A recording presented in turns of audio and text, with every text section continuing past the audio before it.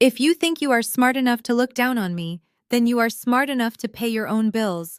My mother, Beatrice, screamed those words at me across the Sunday dinner table, her face twisted in a way I had not seen since I was a child. The silence that followed was deafening. My brother Marcus smirked, and my sister-in-law Brittany took a delicate sip of her wine, her eyes gleaming with satisfaction. I did not cry. I did not beg. I simply reached into my purse, pulled out the key to the house they were all sitting in, and placed it gently on the tablecloth. "Challenge accepted," I whispered. Before I tell you what happened when the lights got cut off 2 days later, let me know where you are watching from in the comments. Hit that like button and subscribe if you have ever been the family doormat who finally decided to become a wall of fire. My name is Jasmine, and I am 35 years old.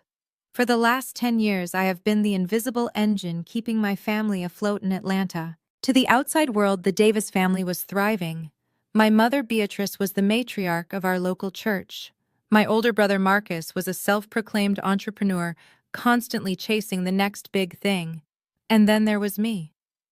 To them, I was just Jasmine, the boring administrative assistant who wore off-rack suits and had no social life.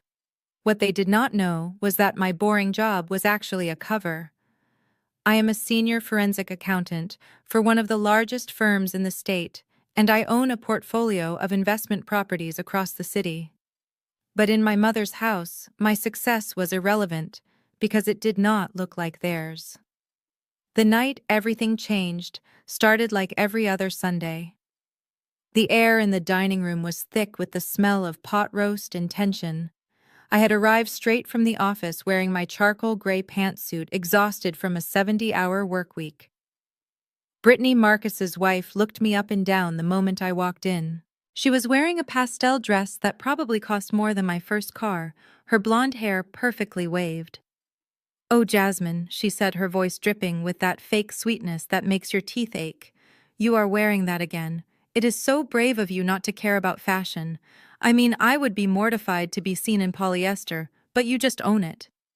I took a breath and sat down. "It is wool blend, Brittany, and it is practical." Marcus laughed, his mouth full of cornbread. "Practical is just a nice word for cheap jaws. You need to step it up. Look at Brittany. That is what success looks like." I looked at Brittany, who had never worked a day in her life, and whose credit card bills I had secretly paid off 3 times last year just to keep the peace. I said nothing. I just wanted to eat and go home to my quiet apartment. But Marcus was not done. He cleared his throat and put on his business face, the one he used right before asking for money. "So look, sis, I have got this opportunity. It is huge. Cryptocurrency is the future, and my buddy has an in on a new coin launching next week. I just need $10,000 to get in on the ground floor. We are talking triple returns in a month." I cut a piece of roast beef. "No, Marcus." The table went still. Beatrice looked up from her plate. "Excuse me." I said no. I repeated, my voice steady. "I gave you $5,000 for the trucking business that never bought a truck. I gave you $3,000 for the t-shirt line that printed one shirt. I am not giving you $10,000 for magic internet money." Beatrice slammed her fork down. "How dare you? Your brother is trying to build a legacy. He is trying to provide for his family. And you, with your little secretarial job, you are going to sit there and hoard your pennies. You should be honored to help him. He is 38 years old, Mama," I said, finally looking her in the eye. "When does he help himself?" Brittany scoffed. "See, this is why you are single, Jasmine. You are so bitter. Just because Marcus has vision and you are happy being a worker drone does not mean you have to punish him." I felt the heat rising in my chest. "I paid the property tax on this house last month," I said. "I paid for the new roof last year. I pay the insurance on Marcus's car." "That is what family does," Beatrice yelled. "We help each other. But you act like you are better than us just because you save every dime. You are selfish, Jasmine. Selfish and cold." I looked around the table. I saw Marcus, the brother I had worshipped growing up, looking at me with pure entitlement. I saw Brittany, the outsider who had walked in and taken my place as the daughter my mother actually wanted. And I saw Beatrice, the woman who had taught me to be strong, using that strength against me. "I am not giving him the money," I said with finality. That is when Beatrice stood up. Her face was turning a shade of purple I had never seen. "If you are going to be this disrespectful in my house, then maybe you do not need to be here. You think you are so important because you pay a few bills. If you think you are smart enough to look down on us, then you are smart enough to pay your own bills and stay out of our business. Get out." The room seemed to spin for a second. Get out. This was the house my father built. The house I had poured hundreds of thousands of dollars into over the last decade to keep from foreclosure after he died. "You want me to leave?" I asked quietly. "I want you to go," Beatrice spat, "and take your negative energy with you. We do not need your little handouts. Marcus is going to be a millionaire, and you will be nothing." I stood up slowly. I picked up my napkin and folded it neatly next to my plate. I reached into my purse and pulled out the heavy brass key to the front door. The key I had used to let myself in to stock the fridge when they were broke. The key I used to come in and fix the boiler when it froze. I placed it on the table with a heavy clunk. "Challenge accepted," I said. My voice was ice cold. I grabbed my bag and walked to the door. "Jasmine, wait!" Marcus called out, probably realizing his cash cow was walking away. But Brittany put a hand on his arm and shook her head, smiling. "Let her go," she said. "She needs us more than we need her." I opened the front door and stepped out into the humid Georgia night. I did not slam the door. I closed it softly with the kind of finality that sounds like a coffin lid shutting. As I walked to my car, I pulled out my phone. I dialed the number for the power company, the water company, and the landscaping service. All accounts were in my name. Cancel everything, I told the operator. Effective immediately. I got into my car and looked back at the house one last time. The warm yellow light spilled out of the dining room window where my family was likely laughing at my expense. They thought they had won. They thought they had put me in my place. They had no idea that they were sitting in the dark, they just didn't know the lights had been cut yet. I put the car in drive and pulled away. For the first time in my life, I wasn't driving home crying. I was smiling. I did not drive aimlessly into the night. I had a destination, a sanctuary that my family knew nothing about because they had never cared enough to ask where I really went when I left their suffocating orbit.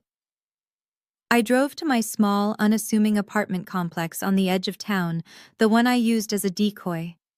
To my mother and Marcus, this efficiency apartment was proof of my mediocrity, a sad little box for a sad little secretary. To me, it was a storage unit for my double life. I walked inside and did not even turn on the lights. I did not need to. I knew exactly where everything was because I had been preparing for this exodus for 2 years. I walked into the bedroom and knelt inside the closet. I pulled back the loose corner of the carpet and lifted the floorboard that sat just slightly unevenly. Beneath it lay a fireproof safe. The combination was the date my father died, the last day I had felt truly protected. The lock clicked open with a satisfying mechanical thud. Inside were the papers that defined my true worth. There were deeds to 3 commercial buildings in Midtown, a portfolio of stocks that had tripled in value since the tech boom, and the most important document of all, the deed to the house on Magnolia Street. The house my mother was currently sitting in, sipping wine and bad-mouthing me. She thought she owned it because she lived there. She forgot that when my father passed, the title had been transferred to a trust to protect it from creditors, a trust that I controlled. I placed the documents into my leather satchel. Next, I pulled out a suitcase from under the bed. It was already packed. It had been packed for months, filled with my high-end skincare, a few changes of clothes that were not polyester blends, and my passport. I zipped it up, slung the strap of my bag over my shoulder, and walked out of the decoy apartment for the last time. I left the key on the counter. The lease was up at the end of the month anyway. I walked past my sensible dented Honda Civic parked in the lot. That car was part of the costume. I walked 2 blocks over to a private, climate-controlled garage where I paid a premium for discretion. I punched in the code and the heavy metal door rolled up slowly. Gleaming under the fluorescent lights was my pride and joy, a phantom black Audi RS7 with a twin-turbo engine. My family thought I took the bus when my Honda broke down. They had no idea I spent my weekends driving a machine that cost more than Marcus's entire failed business portfolio. I threw my bag into the passenger seat, slid behind the leather steering wheel, and pressed the ignition. The engine roared to life, a deep guttural growl that vibrated through my chest. It sounded like freedom. I drove toward the city skyline, leaving the suburbs and the judgment behind. The lights of Atlanta blurred past me as I merged onto the highway. I was not going to a hotel. I was going home. My real home. I pulled up to the valet stand of the Obsidian Tower in Buckhead. The doorman, a kind man named Elias, who never asked questions, smiled as he opened my door. "Good evening, Miss Davis," he said. "It is good to have you back." I handed him the keys and walked through the marble lobby to the private elevator. I scanned my fob, and the doors whisked me up to the 34th floor. The penthouse was cool, silent, and smelled of white tea and thyme. It was a world away from the pot roast and mildew scent of my mother's house. Floor-to-ceiling windows offered a panoramic view of the city, a sea of glittering lights that seemed to bow at my feet. The furniture was modern Italian leather, sharp angles and clean lines. There was no clutter here, no ceramic figurines collecting dust, no guilt. I poured myself a glass of vintage Cabernet, the kind Brittany would pretend to know about but could never afford, and sat down at my glass desk. It was time to sever the final chords. I opened my laptop. The screen glowed to life, illuminating the dark room. I cracked my knuckles and navigated to the utility management portal. This was the digital nerve center of my family's comfort. For a decade I had streamlined everything. The power, the water, the high-speed internet they used to stream movies while I worked, the cable package Marcus used to watch sports, the family cell phone plan. Everything was linked to my personal bank account set to autopay, so they never had to worry about a due date. They had forgotten that bills even existed because I had made them invisible. I logged in. The dashboard showed the current status of the account for the house on Magnolia Street. It was a sea of green check marks. Paid, paid, paid. I clicked on the electricity provider first. My cursor hovered over the Edit Payment Options button. I took a sip of wine. I thought about Marcus's smirk when he asked for $10,000. I thought about Brittany's fake concern for my wardrobe. I thought about my mother screaming that I was only smart enough to pay bills. She was right. I was very smart about bills. I clicked. A menu dropped down. I selected the option for autopay. I switched the toggle from on to off. A warning box popped up on the screen asking if I was sure. I clicked yes.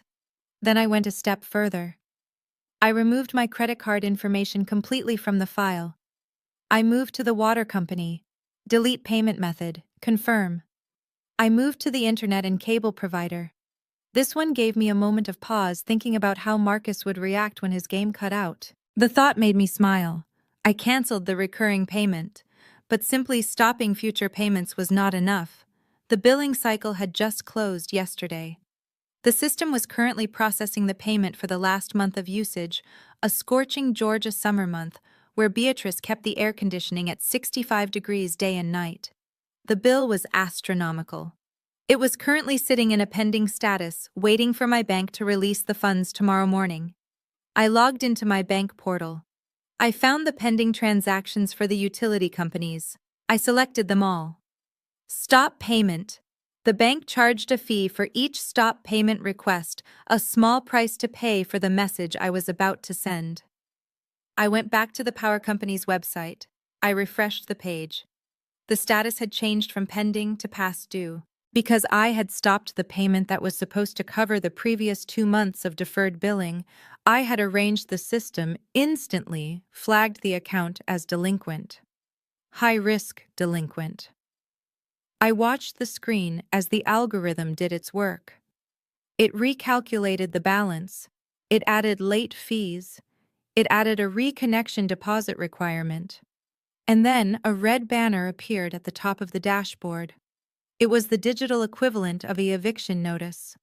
I leaned back in my chair, the light from the screen reflecting in my eyes. The text was bold red and unforgiving.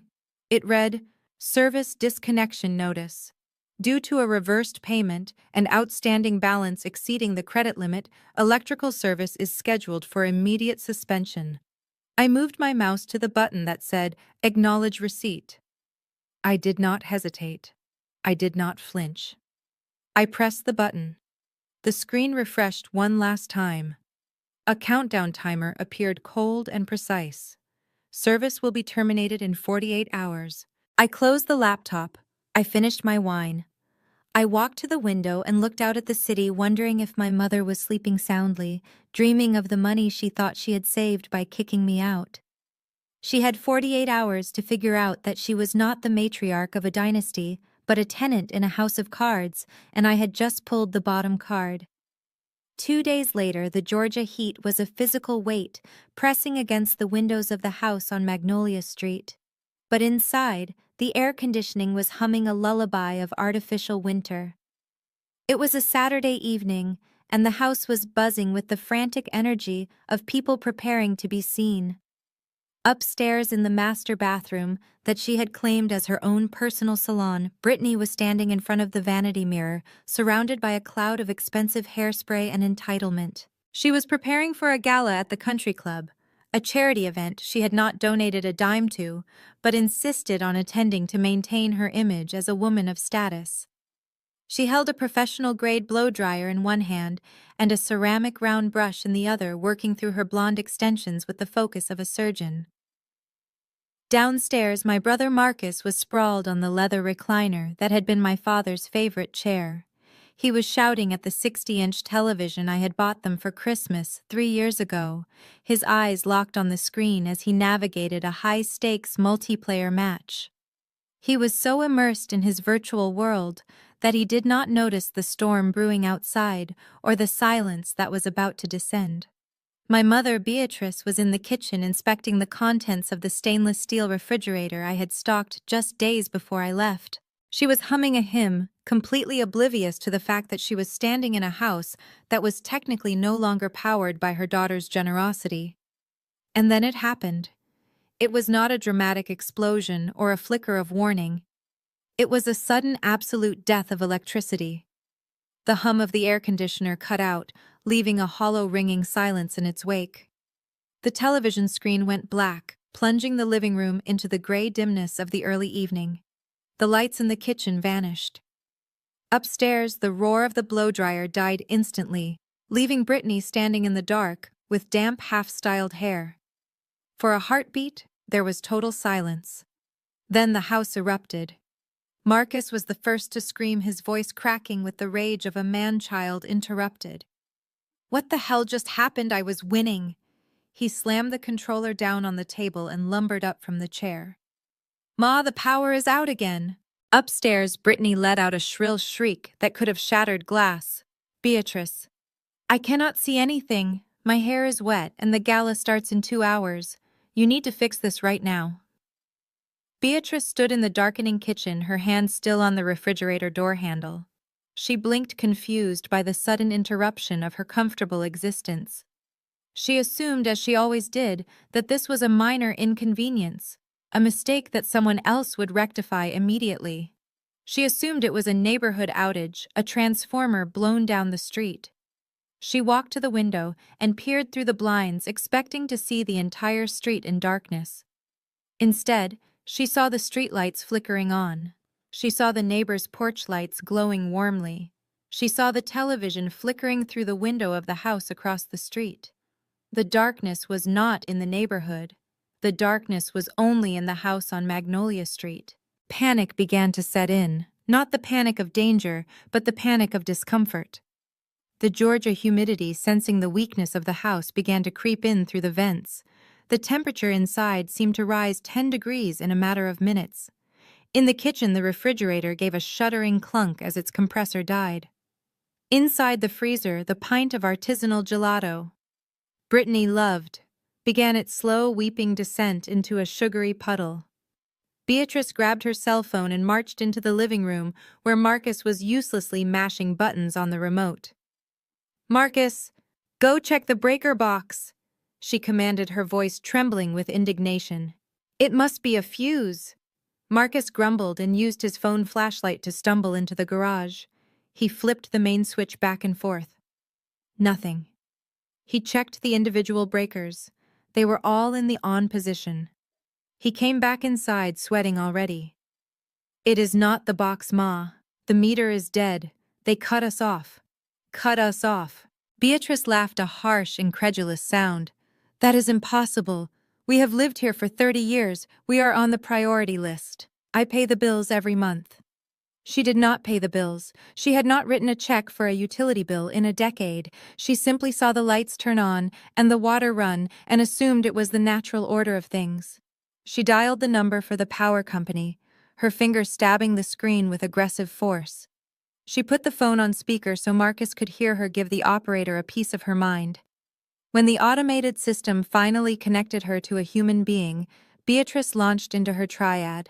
"This is Beatrice Davis, and I demand to know why my power has been interrupted. I have a sick child in this house," she lied effortlessly, "and this is unacceptable. You will turn it back on immediately, or I will sue you for everything you have." The operator on the other end was calm, unmoved by the threats of a woman who had no leverage. "One moment, ma'am, let me pull up the account. Can you verify the address?" Beatrice gave it. "I see the account here," the operator said, her voice cool and professional. "Service was disconnected 45 minutes ago due to non-payment and a specific request to terminate service by the account holder." Beatrice froze. "The account holder is my husband, Otis Davis," she sputtered, invoking the name of a man who had been gone for years. The operator corrected her. "No, ma'am. The account holder listed is Jasmine Davis. The account is currently flagged for a returned payment of $640, and the automatic payment method was removed by the user 2 days ago." The user also digitally signed the disconnection notice acknowledging that service would be terminated. The silence in the living room was heavier than the heat. Brittany had come downstairs holding a battery-operated makeup mirror, looking like a ghost in the shadows. She stared at the phone. Marcus's mouth hung open. Beatrice felt the floor tilt beneath her feet. Jasmine. Her daughter. The invisible secretary. The girl she had mocked for her practical clothes and her lack of vision. Jasmine was the one who had kept the lights on. Jasmine was the one who kept the water running. Jasmine was the one who paid for the high-speed internet that fueled Marcus's delusions of grandeur. "But I thought," Beatrice stammered, her bluster evaporating into the stifling air. "I thought the pension covered it." "The pension," Marcus whispered. "Ma, the pension barely covers the groceries." The realization hit them all at once. The lifestyle they had been living, the comfort, the security, the arrogance, it had all been subsidized. They were not successful. They were parasites, and the host had just detached herself. Beatrice ended the call, her hand shaking. She looked at her family. The house was getting hotter. The food in the fridge was spoiling. They were sitting in the dark in a house they could not afford to power. "Call her," Marcus said, his voice tight with fear. "Call her and tell her to fix it. She is just throwing a tantrum. She will turn it back on. She always fixes it." Beatrice nodded. Of course. This was just Jasmine acting out. A little power play. She would scold her, tell her the point had been made, and demand she turn the electricity back on before the food ruined. She scrolled through her contacts and found Jasmine's name. She pressed call. Across town, in the serene, hushed atmosphere of the Azure Spa, Jasmine was lying on a heated massage table. She was wrapped in a plush white robe that felt like a cloud. Her skin glowed from a 90-minute facial, and a glass of cucumber water sat on the teak table beside her. Soft ambient music played in the background, masking the chaos of the city outside. Her phone buzzed on the table. She opened one eye. The screen lit up with the word "Mother." Jasmine smiled. She picked up the phone and swiped to answer. She did not say hello. She just brought the phone to her ear and listened. Jasmine Beatrice screamed into the receiver, her voice tinny and desperate. "What have you done? The power is out. Brittany is crying. The food is melting. You need to call them right now and pay this bill. Do you hear me? This has gone too far. We are your family. You cannot just leave us in the dark." Jasmine took a sip of her cucumber water. She let the silence stretch out, savoring the sound of her mother's panic the way one savors a fine wine. She thought about the years of insults, the demands, the way they looked at her as if she were a servant. Beatrice was still yelling. "Are you there? Answer me. You are smart enough to fix this, so fix it." Jasmine sat up slowly, swinging her legs over the edge of the massage table. Her voice was calm, smooth, and utterly devoid of sympathy. "Hello, Mother," she said. "I hear you are having some technical difficulties." "Fix it," Jasmine Beatrice demanded. "No," Jasmine said softly. "I do not think I will. You told me on Sunday that if I was so smart, I should pay my own bills. You told me to get out. You told me you did not need my handouts. But we didn't know," Beatrice sputtered. "We didn't know you paid for everything. That," Jasmine said, "is because you never asked. You were too busy counting Marcus's imaginary millions to notice who was actually keeping the roof over your head." "Jasmine, please," Marcus shouted from the background. "Just pay it." Jasmine laughed, a low, genuine laugh. "You wanted me to pay my own bills, Mother." "Well, I just paid the bill for my facial and it was lovely. As for your bills, that sounds like a problem for the millionaire entrepreneur living on your couch." "But what are we supposed to do?" Beatrice cried. "I suppose you will have to be realistic," Jasmine said, echoing her father's words from years ago. "I am done paying for people who hate me. The account is in my name, so I have closed it. If you want lights, you will have to open your own account. Oh, and Mother, you might want to check the water too. I think that gets cut off in the morning." She pulled the phone away from her ear as Beatrice began to scream again. Jasmine pressed the red button ending the call. She blocked the number. Then she blocked Marcus. Then she blocked Brittany. She lay back down on the massage table and closed her eyes, breathing in the scent of eucalyptus and lavender. For the first time in her life, she was not worried about the dark. She was basking in the light. "Good luck," she whispered to the empty room. Monday morning broke over the house on Magnolia Street with a vengeance. The sun was not a welcome guest, but an intruder beating down on a home that had lost its ability to fight back against the Georgia summer. Inside, the air was stagnant and heavy, smelling of sour milk and desperation. Brittany sat at the kitchen table, fanning herself with a fashion magazine, her face slick with sweat, and her carefully applied makeup threatening to slide right off. She had missed the gala on Saturday night because she refused to go out with frizzy hair, and now she was looking for someone to blame. Her eyes landed on Marcus, who was pacing the living room floor, his shirt unbuttoned to his navel, trying to find a cell signal that wasn't reliant on the Wi-Fi that had been cut off. "You cannot just let her get away with this, Marcus." Brittany hissed, her voice cutting through the humid silence. "She is humiliating us. She is sitting somewhere laughing while we rot in this heat. You are the man of the house now. You need to do something." Marcus stopped pacing. The heat had made him irritable, and the lack of video games had left him with nothing to do but stew in his own inadequacy. He wiped his forehead with the back of his hand. "What do you want me to do, Brittany? She blocked my number. She blocked Ma. I cannot exactly force her to pay the bill." "You can hit her where it hurts," Brittany said, her eyes narrowing. "Her job. That little administrative assistant job she loves so much. She thinks she is so high and mighty with her secret bank accounts. Go down there. Go to that office she is always bragging about working at. Make a scene. Tell her boss what kind of person she really is. Tell them she abandons her elderly mother and steals from her family. If she loses that job, she will have to come crawling back to us. She will need us again." Marcus looked at his wife, and a slow grin spread across his face. It was a cruel plan, but it was the only leverage they had left. They still believed the lie Jasmine had let them believe for years. They thought she was a low-level clerk at a mid-sized accounting firm in the suburbs, a place called Miller and Associates. They thought she spent her days filing papers and fetching coffee for important people.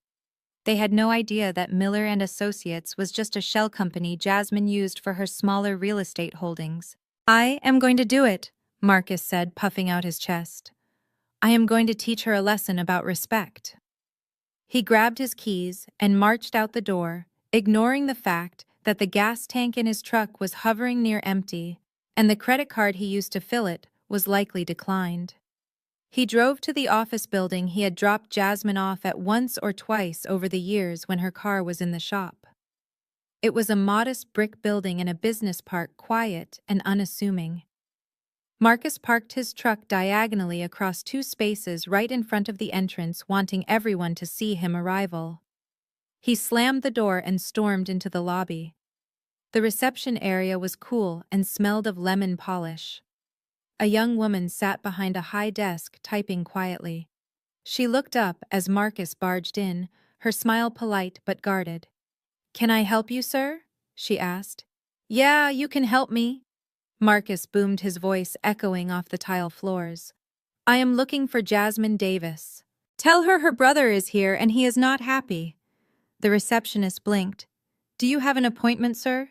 "I do not need an appointment," Marcus spat. "I am family. Get her out here right now. I want everyone to know what she did." He turned to the two other people waiting in the lobby, a man in a suit and an elderly woman. "You know what she did. She cut the power to her own mother's house. She left us to rot in the heat while she ran off. She is a thief and a liar." "Sir, please lower your voice," the receptionist said, standing up. "This is a place of business." "I do not care about your business," Marcus yelled, walking up to the desk and slamming his hand down on the marble top. "I want her boss. I want to talk to whoever is in charge of this little secretary. I am going to get her fired today. Do you hear me? She is going to be out on the street." The receptionist stared at him for a long moment. Her expression shifted from alarm to confusion. She typed something into her computer. "Sir, we do not have a secretary named Jasmine Davis," she said calmly. "Do not lie to me," Marcus growled. "She has worked here for 10 years. She wears those ugly gray suits. She drives a beat-up Honda. Stop covering for her." The receptionist looked at the screen again and then back at Marcus. Her eyes widened slightly as if she was realizing something. "Wait, are you talking about Ms. Davis? As in Jasmine Davis, the senior strategic partner?" Marcus froze. "The partner? No. No, she is an admin. She files papers." The receptionist let out a short, dry laugh. "Sir, Jasmine Davis is not an admin. She owns a 30% stake in this firm. She is the head of the forensic accounting division. She does not fetch coffee. She audits Fortune 500 companies. And she certainly does not work in this satellite office." Marcus felt the blood drain from his face. "What are you talking about, Ms. Davis works out of the global headquarters in Buckhead." The receptionist continued, her voice taking on a tone of icy professionalism. "Her office is on the top floor. And frankly, sir, considering her billable rate is $800 an hour, I highly doubt she has time for whatever this is." $800 an hour. Marcus repeated the numbers swirling in his head. That was more than he had made in the last month combined. He tried to process the information. The gray suits, the Honda, the way she never talked about work. It had all been a disguise. She wasn't just doing better than them. She was in a different stratosphere. "You are lying," Marcus stammered, but the fire had gone out of his voice, replaced by a cold, creeping dread. "She is nothing. She is just Jasmine." The receptionist pressed a button under her desk. "I am not lying, sir, but you are trespassing. I have called security." Before Marcus could respond, two large men in uniforms appeared from the hallway. They did not look like the kind of security guards who asked nicely. They looked like the kind who handled problems. "Sir, you need to leave one of them," said, stepping into Marcus's personal space. "But she is my sister," Marcus whispered, his world tilting on its axis. "Not here." "She isn't," the guard said. He grabbed Marcus by the arm. His grip was like iron. Marcus tried to pull away, tried to regain some shred of dignity, but it was useless. He was marched across the lobby, his heels dragging on the polished floor, while the people he had tried to impress watched with disdain. They shoved him through the glass doors and onto the hot concrete sidewalk. "Stay off the property, sir, or we will call the police," the guard said, and then the doors slid shut, leaving him standing in the oppressive heat. Marcus stood there dazed. The AC from the building was gone, replaced by the heavy, humid air. He looked at his truck, the symbol of his fake success, and felt a wave of nausea.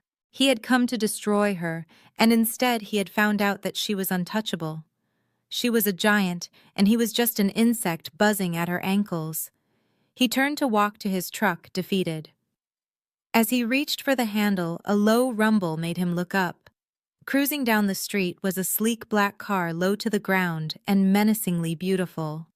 It was an Audi RS7, the kind of car Marcus only saw in magazines. The windows were tinted dark, almost opaque, but as it passed, the sunlight hit the windshield just right. For a split second, Marcus saw the driver. She was wearing designer sunglasses, and her hair was blown out straight and sleek. She was not looking at him. She was looking straight ahead, her profile sharp and focused. She looked like power. She looked like money. It was Jasmine. She drove right past him, the engine purring a deep, throaty growl that vibrated in his bones. She did not slow down. She did not honk. She did not even turn her head to acknowledge the man standing on the curb, sweating in his cheap clothes next to his empty truck. She simply existed in a lane he could not even merge into. Marcus watched the taillights of the Audi disappear around the corner, heading toward the highway, heading toward Buckhead, heading toward a life he had never even imagined she had. He stood alone on the sidewalk, the heat radiating off the pavement, knowing that he had to go back to the dark, hot house and tell his mother and his wife that they had not just lost a daughter and a sister. They had lost the lottery, and they had torn up the winning ticket with their own hands. The physical darkness was one thing, but the financial darkness was a beast that hunted in the daylight. It arrived not with a bang, but with the soft, innocent thud of the mail carrier dropping a stack of envelopes onto the porch floor. For years I had intercepted this daily delivery. I had filtered out the threats and the demands, leaving only the wedding invitations and the church newsletters on the kitchen counter for my mother to open. I had been the firewall between my family and the reality of their expenses. Now the firewall was gone, and the virus was spreading. Tuesday brought the first wave of artillery. Beatrice sat at the kitchen table, which was sticky with humidity because the AC was still dead. She slid open a large white envelope with the county seal in the corner. Her hands shook as she unfolded the letter. It was the property tax bill. For a decade I had paid it quietly out of my year-end bonus, regarding it as rent for a home I never felt welcome in. Beatrice stared at the number. $4,200. It was due in 30 days. Beneath the total was a bold line of text stating that the account was already in arrears, because I had canceled the scheduled payment just minutes before I left. Marcus walked in shirtless and sweating, holding another envelope he had found jammed in the mailbox. This one was from the Homeowners Association. He tossed it on the table. "They are threatening Aline Ma," he said, his voice dull. "They say we owe for the new community pool assessment and 6 months of back dues. They say the grass is too long. They say the paint is chipping. They say they are going to fine us $50 a day until it is fixed." Beatrice looked from the tax bill to the HOA letter. She looked at the ceiling where a water stain was beginning to spread because I had canceled the gutter cleaning service too. "How did she pay for all of this?" Beatrice whispered. "She is just a secretary. She is a partner." Marcus corrected, his voice bitter with the memory of his humiliation in the lobby. "She makes $800 an hour, Ma. She could pay this with her pocket change. But she is not paying it." Beatrice snapped, her fear turning back into anger. "She is trying to starve us out. Well, I will not let her. I have assets. I have things of value." She spent the next 2 days trying to liquidate the family legacy. She called an antique dealer to look at the dining room set she claimed was a 19th century original. The dealer, a man with tired eyes and a clipboard, walked through the hot house wiping sweat from his neck. He looked at the table. He looked at the china cabinet. He looked at the silver tea service Beatrice had polished for 40 years. "It is reproduction, ma'am," he said flatly. "Late 1980s. Mass-produced. The veneer is peeling. I can give you $200 for the lot if you help me load it." 200, Beatrice gasped, clutching her chest. "That set is worth thousands." "It is worth what someone will pay," the dealer said, shrugging. "And nobody is buying brown furniture anymore." He left without the table. Beatrice sold her jewelry next. She took the diamond earrings my father had given her for their 25th anniversary to a pawn shop on the bad side of town.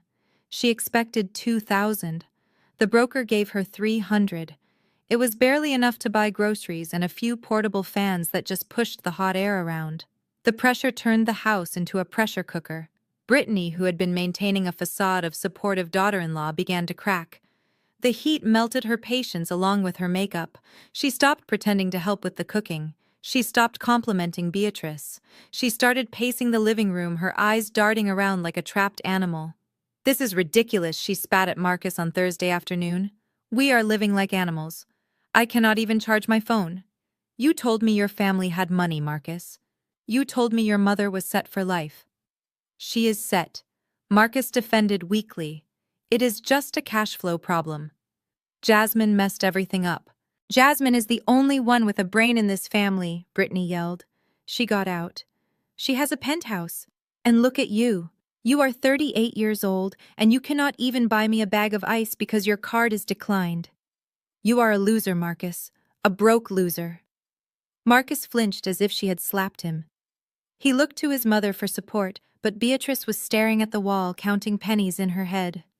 In the corner of the living room sat my father, Otis. For years he had been a ghost in his own house, a quiet man who let Beatrice run the show, who nodded and smiled and never made waves. He had watched me pay the bills. He had watched me fix the roof. He had watched them treat me like a servant, and he had said nothing because silence was the price of his peace. But the heat and the hunger had woken something up in him. While Beatrice was arguing with Brittany over who drank the last bottle of water, Otis picked up the landline. It was dead, of course. He reached into his pocket and pulled out a prepaid flip phone he kept for emergencies. He went into the sunroom and closed the door. His fingers trembled as he dialed my number. I was in a meeting with a client, a pharmaceutical CEO, when my phone buzzed. I saw the unknown number. I usually sent them to voicemail, but something told me to answer. "Hello," I said, my voice professional and cold. "Jasmine." It was a whisper, rough and raspy. "It is your father." I held up a hand to my client, excusing myself. I walked to the window of my office, looking down at the ants crawling on the pavement 30 stories below. "Hello, Daddy," I said. "I am sorry," he said. The words came out in a rush, as if he was afraid he would run out of breath. "I am sorry I let them treat you that way. I am sorry I did not speak up. You were always the good one, Jasmine. You were always the one who took care of us." "It is a little late for that, Daddy," I said. "The lights are off." "I know," he said. "I know. I just wanted you to know that I am proud of you. Even if I never said it. You got out. You won. Don't come back here, baby. Don't let them drag you back down." Before I could answer, the door to the sunroom burst open. I heard Beatrice's voice, shrill and furious. "Who are you talking to, Otis? Give me that phone." "No." "Beatrice." Otis said, his voice surprisingly firm. "I am talking to my daughter. You are talking to the enemy," she screamed. There was a scuffle, a sound of plastic clattering against the floor, and then the line went dead. Beatrice had snatched the phone and likely smashed it. I looked at the black screen. It was the first time my father had defended me in 20 years, and it would likely be the last. I felt a twinge of sadness, but I crushed it. He had waited until the ship was sinking to try and save the captain. Back at the house on Magnolia Street, the mood had shifted from desperate to predatory. Brittany had watched the scene in the sunroom with narrow, calculating eyes. She realized that Marcus was useless. She realized that Beatrice was powerless. If she wanted to survive, if she wanted to maintain the lifestyle she felt she deserved, She needed a new angle. She needed leverage. She walked upstairs to the hallway. The door to my old bedroom was closed. It had been closed since the night I left. Beatrice had forbidden anyone from going in there as if it were a crime scene. Brittany opened the door. The room was sparse, clean, and empty. I had taken everything that mattered. Brittany walked in her heels, clicking on the hardwood. She opened the closet. Empty. She checked the dresser drawers. Empty. She got down on her knees and looked under the bed. Nothing. She stood up, frustrated. There had to be something. Jasmine was a hoarder of secrets. She had to have left a crumb. She went to the desk in the corner. It was a cheap particle board desk I had used since high school. I had cleared it out, but in my haste I had missed one thing. The bottom drawer was stuck. It had always been stuck off its track and jammed. I hadn't opened it in years. Brittany yanked on the handle. It didn't budge. She grabbed a metal letter opener from the top of the desk and jammed it into the crack, putting her weight into it. With a loud crack, the wood splintered and the drawer flew open. It was mostly empty, just some old dust bunnies and a few dried-up pens. But pushed all the way to the back, stuck between the drawer bottom and the frame, was a yellowed envelope. Brittany reached in and pulled it out. It was sealed, but the glue had dried and become brittle with age. She slid her finger under the flap and opened it. Inside was a small blue card. The edges were soft and worn. Brittany held it up to the window to catch the fading light. It was a Social Security card. But it wasn't just any card. It was Jasmine's original card from when she was a child, before she had requested a replacement years ago. And behind it, tucked into the fold, was a piece of paper with a list of numbers written in my teenage handwriting. Bank account numbers, routing numbers, the old custodial accounts my father had set up for me before he lost control of the finances. Accounts that were technically closed, but the data, the identity points, they were still valid. A slow, dark smile spread across Brittany's face. She looked at the name on the card. Jasmine Marie Davis. She looked at the Social Security number. 9 digits. 9 digits that unlocked credit scores, loans, and credit cards. Jasmine had cut them off. Jasmine had taken her money and run, but Jasmine had left her identity behind. Brittany tucked the card into her bra. She didn't need Marcus to invest in crypto. She didn't need Beatrice to sell antiques. She just needed a laptop and a lack of conscience. And Brittany had plenty of both. She walked out of the room, leaving the broken drawer hanging open like a mouth screaming in silence. Downstairs, the argument was still raging, but Brittany wasn't worried about the lights anymore. She was going to light up her own world, and she was going to use my name to do it. The air inside the house on Magnolia Street was thick enough to choke on, but for the first time in days, the atmosphere in the living room was not heavy with despair. It was electric with a criminal kind of hope. Brittany sat at the dining room table, her face illuminated by the blue glow of her laptop screen. She had tethered the computer to her phone's data connection, creating a lifeline to the digital world. Next to her, Marcus hovered like a moth drawn to a flame, his eyes wide and hungry, as he watched her fingers fly across the keyboard. "This is too easy," Brittany whispered, her voice trembling with excitement. "She still has excellent credit, Marcus. 790. She barely uses any of her available utilization. It is like a blank check waiting to be written." She was on the application page for the Obsidian Infinite card, an invite-only credit line reserved for the ultra-wealthy. It was the kind of card that made a heavy clink when you dropped it on a table, the kind of card that opened doors and silenced questions. Brittany typed in the Social Security number she had found in the envelope. She typed in Jasmine's full legal name. For the address, she hesitated for only a second before typing in the Magnolia Street address. After all, this was technically Jasmine's house. It was not a lie, Brittany told herself. It was just a correction of paperwork. She hit submit. The little wheel on the screen spun round and round. Marcus held his breath. "Congratulations. Your application has been approved. Your credit limit is $50,000. Your digital card is ready for immediate use." "We are back, baby," Marcus shouted, high-fiving the air. 50 grand. We can pay off the HOA. We can get the lights back on.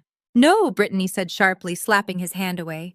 We are not using this for the light bill, Marcus. Think bigger. If we pay the power company, Jasmine will get a notification. She will know we are using her name. We need to be smarter. We need to use this for things she won't see immediately. Things we can sell if we need cash. But mostly we need to look like we are winning. We need to remind people who the Davis family is. In the doorway, Beatrice stood watching them. She held a battery-powered fan to her face, her church hat sitting crookedly on the table beside her. She had heard everything. She knew exactly what they were doing. She knew that using her daughter's identity to open a line of credit without her permission was a felony. It was fraud. It was theft. But then she thought about the upcoming Sunday service. She thought about Deaconess Williams, who had looked at her with pity when she saw Beatrice wearing the same dress 2 weeks in a row. She thought about the rumors circulating in the choir loft about the Davis family falling on hard times. The shame burned hotter than the Georgia sun. Jasmine had humiliated her. Jasmine had abandoned her. In Beatrice's mind, this was not theft. This was restitution. It was a tax Jasmine owed for the privilege of being raised in this house. Beatrice walked into the room. Her voice was steady and cool. "Make sure you buy me something nice for Sunday," she said. "I cannot be seen looking like a pauper." Brittany smiled a wolfish grin. "Don't worry, Ma. We are going shopping." They left the suffocating heat of the house and piled into Marcus's truck. They drove straight to Phipps Plaza, the most exclusive luxury mall in Atlanta. The moment they stepped through the glass doors, the blast of industrial air conditioning hit them like a blessing.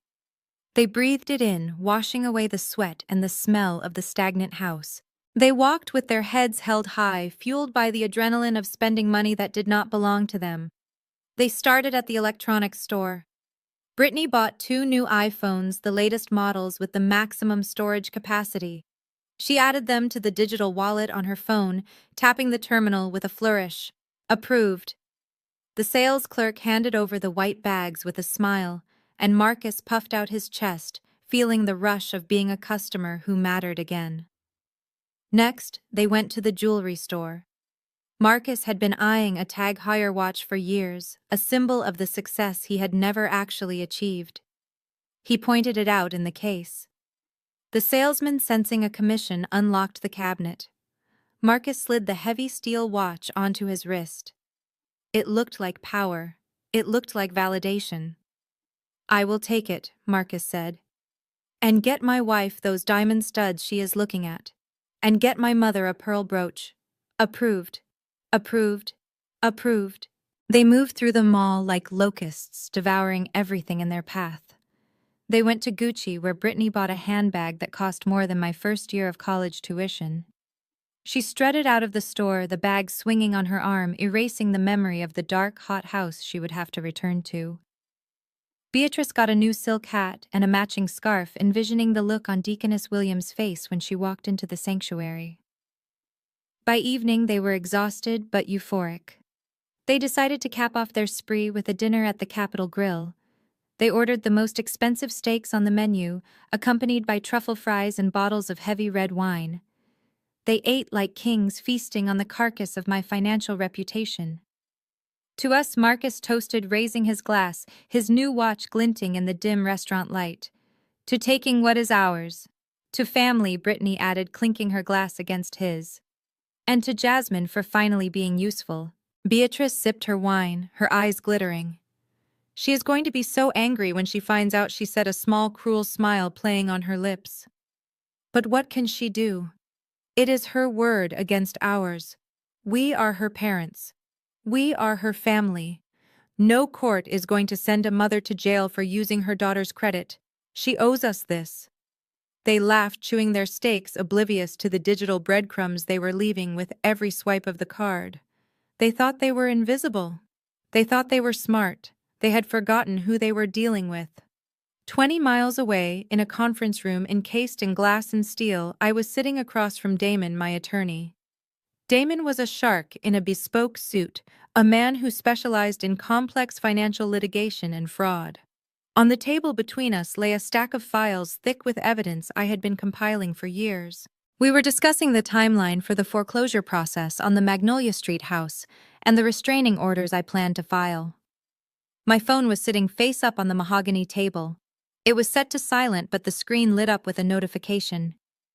It was a push alert from my credit monitoring service, followed immediately by a text message from the fraud department of the bank.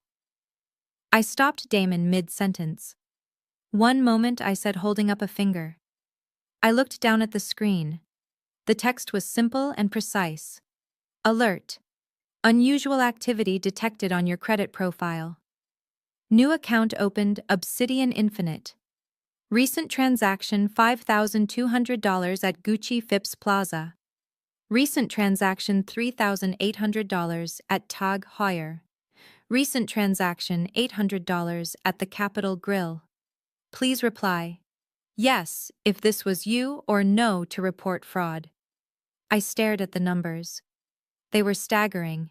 In less than 6 hours, they had spent nearly $15,000. I looked at the location. Phipps Plaza. Of course. They had gone straight for the flashiest, most obvious targets. Damon watched me, his eyebrows raised. "Is everything all right, Jasmine?" I picked up the phone. A slow, cold smile spread across my face. It was the smile of a trap snapping shut. I had left that drawer in my old desk jammed for a reason. I had left that expired Social Security card and those old account numbers there like a piece of cheese in a mousetrap. I knew Brittany. I knew her greed. I knew that if pushed into a corner, she would not look for a job, she would look for a shortcut. I had handed them the rope, and they had just tied the noose. "Everything is perfect, Damon," I said, my voice calm and deadly. "I just got the notification I have been waiting for." "What notification?" Damon asked, leaning forward. "They took the bait," I said. "They just committed federal identity theft, credit card fraud, and conspiracy across state lines, since the bank is headquartered in Delaware. And they did it all on camera in high definition at the most surveilled mall in the city." I tapped the screen, replying no to the fraud alert. The bank's automated system immediately locked the account and triggered a police report protocol. I looked up at Damon, my eyes shining with victory. "They are eating a very expensive steak dinner right now," I said. "I hope they enjoy it. It is going to be their last meal as free citizens." Damon smiled, a sharp, predatory grin that matched my own. "Shall we call the detective now or let them finish dessert?" "Let them finish," I said, leaning back in my chair. "I want them full and happy when the bill comes due. Because this time the bill isn't money. It is 5 to 10 years in a federal penitentiary." The air inside the house on Magnolia Street was thick enough to choke on, but for the first time in days, the atmosphere in the living room was not heavy with despair, but electric with a criminal kind of hope. As Brittany sat at the dining room table, her face illuminated by the blue glow of her laptop screen, while Marcus hovered like a moth drawn to a flame, watching her fingers fly across the keyboard.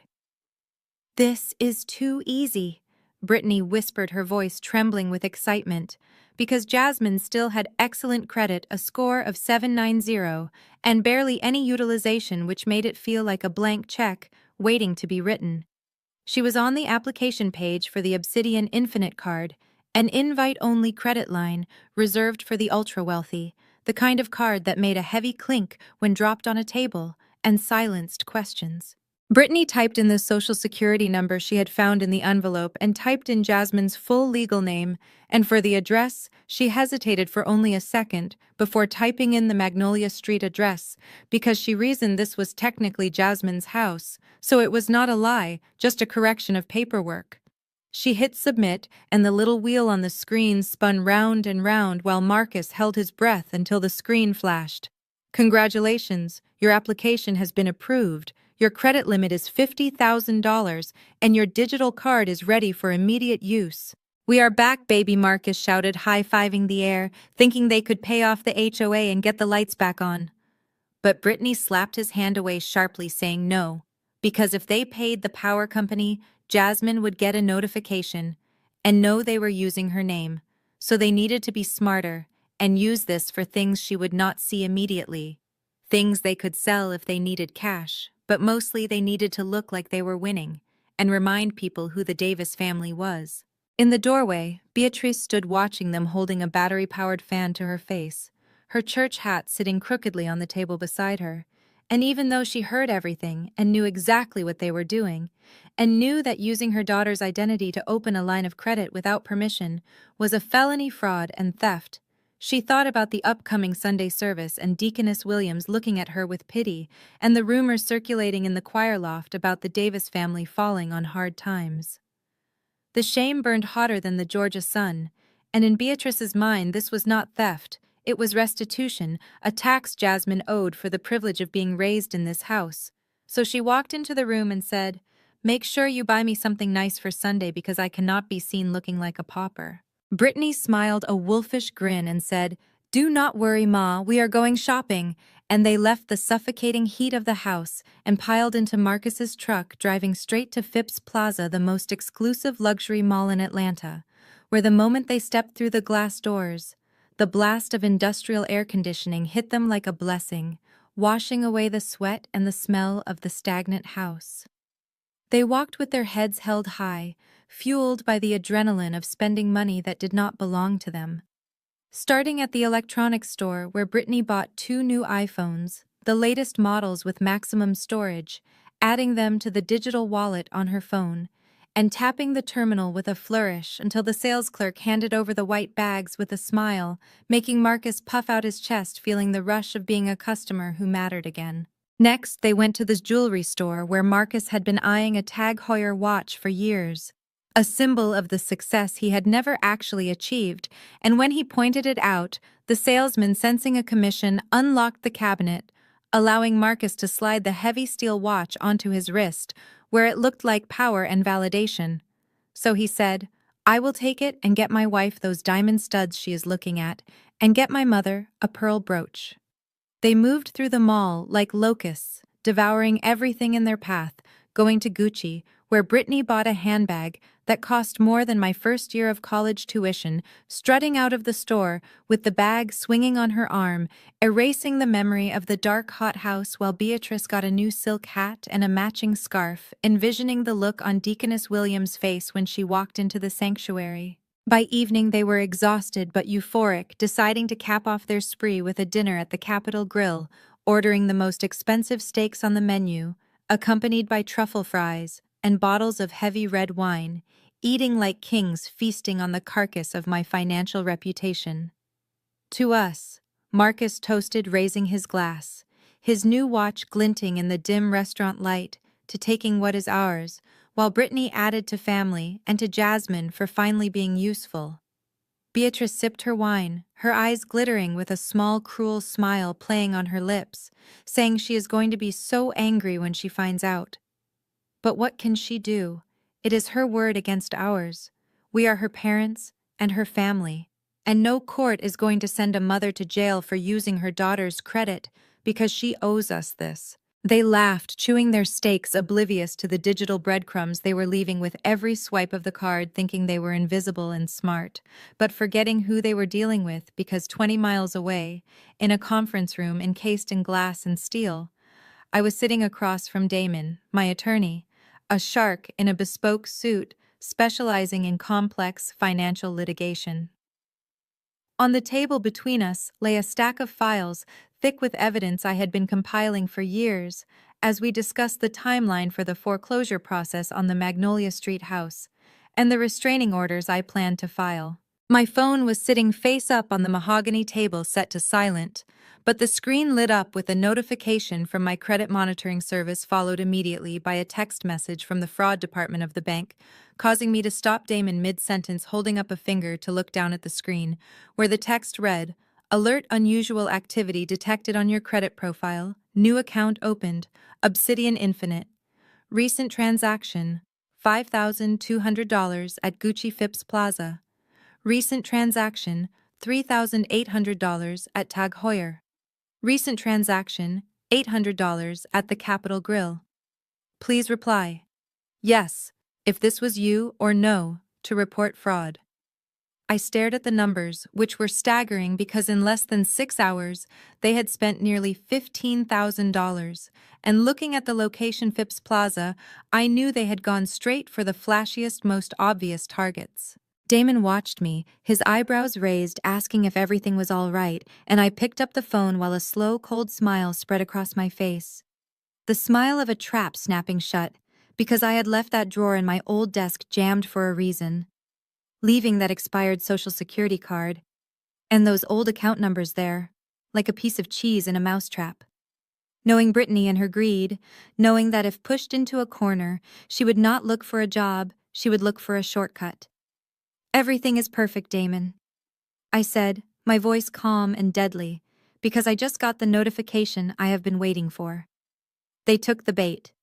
I said they just committed federal identity theft, credit card fraud, and conspiracy across state lines since the bank is headquartered in Delaware, and they did it all on camera in high definition at the most surveilled mall in the city. I tapped the screen replying no to the fraud alert, which immediately caused the bank's automated system to lock the account and trigger a police report protocol.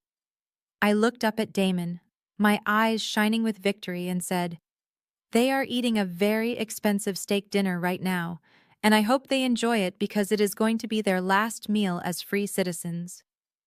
Damon smiled a sharp, predatory grin that matched my own, asking if we should call the detective now or let them finish dessert, and I leaned back in my chair saying, "Let them finish. I want them full and happy when the bill comes due, because this time the bill isn't money, it is 5 to 10 years in a federal penitentiary." Damon reached for the phone to call the fraud department, his finger hovering over the dial pad, but I reached out and gently covered his hand, stopping him. "Not yet, Damon," I said, my voice low and smooth. "Let it run." Damon looked at me, his brow furrowed in confusion. "Jasmine, they have already racked up $15,000 in charges. If we stop this now, we can mitigate the damage. The bank will reverse the charges and we can file the police report immediately." I shook my head, leaning back into the leather chair and crossing my legs. "You are thinking like a defense attorney, Damon, trying to minimize loss. I need you to think like a prosecutor. I need you to think like the Grim Reaper. $15,000 is a lot of money, yes, but it is mostly credit card fraud. It is messy. It can be argued down. They could claim I gave them permission, verbal authorization. They could plead ignorance. I do not want them to have a plea deal. I want them to have a sentence." I tapped the table for emphasis. "I want federal charges, Damon. I want wire fraud. I want aggravated identity theft. I want conspiracy. To make those charges stick, to make sure the FBI gets involved, and not just the local precinct, we need the numbers to be undeniable. We need a pattern of behavior so egregious that no jury in the world would show them mercy. Let them spend. Let them think the well is bottomless. When they cross the $25,000 mark, it pushes the sentencing guidelines into a different tier. I want them to feel rich right up until the moment the handcuffs click." Damon slowly pulled his hand back, a look of professional admiration mixed with a hint of fear crossing his face. "You are terrifying, Jasmine," he said quietly. "I am efficient," I corrected. "Now I need a private investigator. I do not just want digital records, Damon. I want glossies. I want high-definition video. I want a portfolio of their greed. I want to see the joy on their faces while they spend my money, so that when they are crying in court, I can show the judge exactly who they really are." Within an hour, we had hired a man named Silas. He was a former detective with a talent for blending into the background and a camera lens that could read a text message from across the street. He was expensive, but considering he was documenting the destruction of my enemies, he was worth every penny. Over the next 24 hours, my phone became a ticker tape of their excess. Silas sent updates in real time. I sat in my office drinking espresso and watching the show. Update at 10 a.m. Subjects Marcus and Brittany Davis have entered the luxury wing of Lenox Square Mall. They are purchasing luggage. Louis Vuitton. 3 pieces. I checked my bank alerts. $4,000. Approved. Update at noon. Subject: Beatrice Davis has joined them. They are at the Apple Store. They are buying iPads and a MacBook Pro. Beatrice is asking if they have gold cases. $3,000. Approved. They were moving with a frenzy now, a manic energy driven by the fear that the magic trick would end at any moment. But when the card did not decline, when the police did not show up, their confidence grew. They started to believe their own lies. They started to believe that they deserved this. They thought I was too busy working my little secretary job to notice the alerts, or perhaps they thought I was too weak to stop them. They mistook my silence for ignorance. They did not know that silence is the sound a predator makes before it strikes.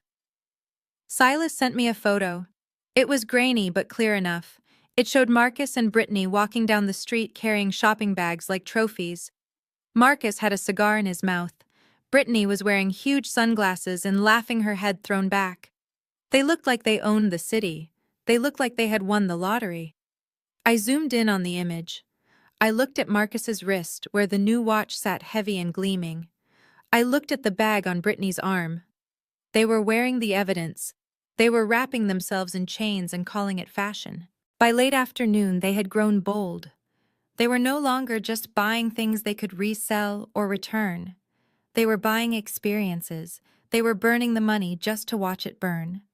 They went to a day spa and booked the couples package. $500. They hired a limousine service to drive them 3 blocks to dinner. $200. My mother Beatrice was the most tragic figure in the play. Silas reported that she was directing the spending, urging them to buy things that would look good at church, things that would prove to her social circle that the Davis family was still on top. She bought a designer hat. She bought a new suit for Sunday service. She was trying to buy back her dignity with stolen credit. Let them eat cake, I whispered to the empty office. As evening fell, the spending slowed down, but only slightly. They were tired. Shopping is hard work when you have no soul. They decided to end their spree with a crowning achievement, a meal that would cement their status as the new royalty of Atlanta. They chose Le Bilboquet, a French bistro known for its exclusivity and its price tag.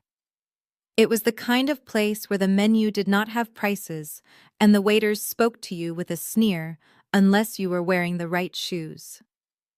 Brittany and Marcus strode in wearing their new clothes, their new watches, their new arrogance.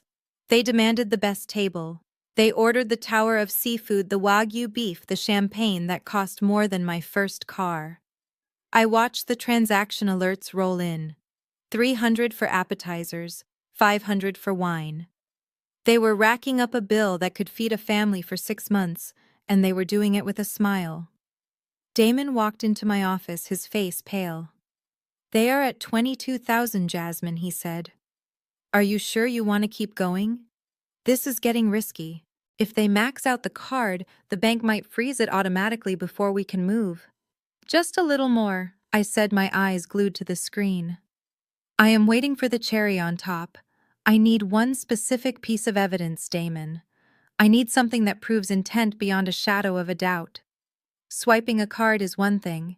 It can be explained away as authorized use. But signing a name, forging a signature, that is an act of deliberate, conscious fraud. It is the final nail in the coffin." I texted Silas. "Get closer. I need to see the bill." Silas did not disappoint. He had managed to get a table across from them, nursing a coffee and looking like a bored businessman. He had a clear line of sight. The meal ended. The waiter brought the leather folder. I could imagine the tension at the table, the split second of fear before the card was approved. Marcus pulled out the black metal card. He dropped it onto the tray. The waiter took it away. A minute later, the waiter returned. He placed the folder back on the table along with a black pen. This was the moment. This was the trap. Usually they just tapped the card. Usually they just scribbled a line on a digital screen. But at a place like Le Bilboquet, they required a signature. A physical wet ink signature on a paper receipt. I held my breath. Silas's camera shutter clicked silently across the restaurant. The photo hit my phone 10 seconds later. It was a masterpiece. The angle was perfect. It showed Brittany leaning over the table. Her face was illuminated by the candlelight glowing with the wine and the thrill of the theft. She was holding the pen. Her hand was poised over the receipt. And there, in high definition, clear as day, she was writing. She was not writing Brittany Davis. She was not writing Marcus Davis. She was writing Jasmine Davis. She was forging my signature, curving the J just the way I did, trying to mimic the loop of the D. She was stealing my name. I stared at the photo. It was beautiful. It was terrifying. It was exactly what I needed. Gotcha, I whispered. I looked at the transaction alert that popped up a moment later. $2,400. That pushed the total to $24,800. It was close enough. I looked at Damon. It is done, I said. They just signed their own arrest warrants. Damon looked at the photo. He let out a low whistle. That is a federal felony, he said. Forgery in the first degree. Identity theft. Fraud. Call the detective. I said, standing up and smoothing my skirt. Tell him we have the location. Tell him we have the evidence. And tell him to bring extra handcuffs. I have a feeling Brittany is going to resist. I walked to the window and looked out at the city lights. Somewhere down there, my family was laughing. They were clinking glasses. They were celebrating their victory. They had no idea that the check they just signed was going to bounce them straight into a prison cell. The honeymoon was over. It was time for the divorce. November bled into the calendar, bringing with it the crisp bite of autumn and the impending dread of the holiday season. In my penthouse, high above the city, the air was calm, and the silence was a luxury I had purchased with years of hard work. But down on Magnolia Street, the atmosphere was thick with a new kind of desperation. The identity theft had bought them a temporary reprieve, a few weeks of champagne and designer handbags, but it had not solved the rot at the core of their existence. Marcus had not used the stolen money to pay off his debts. He had used it to pretend he was a king, and now the real kings, the ones who broke kneecaps when they were not paid, were calling. Marcus had a gambling problem that went far deeper than crypto scams and failed business ventures. He owed money to people who did not care about credit scores or declined transactions. They wanted cash, and they wanted it now. The $50,000 limit on the fraudulent card was nearly maxed out on luxury goods that had zero resale value when you needed fast liquidity. The walls were closing in on my brother, and as always, he ran to his mother to fix it. Beatrice was terrified. She knew that if Marcus did not pay these men, they would come to the house. She needed a large sum of money, legal money that could be transferred without questions. Her eyes turned to the only asset she thought she still controlled, the house itself.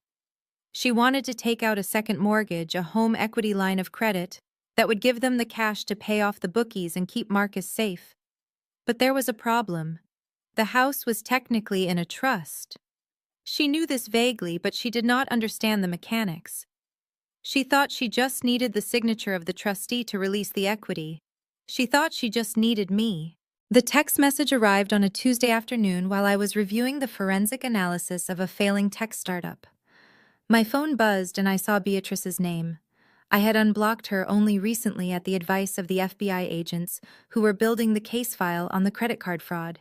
They wanted me to keep the lines of communication open to gather more evidence of their intent. The message read, "Jasmine, honey, it is almost Thanksgiving. The family feels incomplete without you. We have all said things we did not mean in the heat of the moment. Please come home for dinner on Thursday. Let us start over. I am making your favorite pecan pie. Love, Mama." I stared at the screen. It was a masterpiece of manipulation. It hit every note: the guilt, the nostalgia, the promise of food, the invocation of family. If I were the girl I was 5 years ago, I might have cried. I might have packed a bag and run home, hoping that this time it was real. But I was not that girl anymore. I was a woman who knew that pecan pie was just sugar and nuts, and that love did not come with a price tag attached to a mortgage deed. I forwarded the text to Damon. He called me immediately. "They want something, Jasmine," he said, his voice crackling with static over the line. "They have maxed out the credit card. They are desperate. If they are inviting you back, It is because they need a signature or a check. I know, I said, staring at the cityscape. They want the house, Damon. They want to leverage the equity. Marcus is in trouble. Do not sign anything, Damon warned. I am not going there to sign, I said, my voice dropping an octave.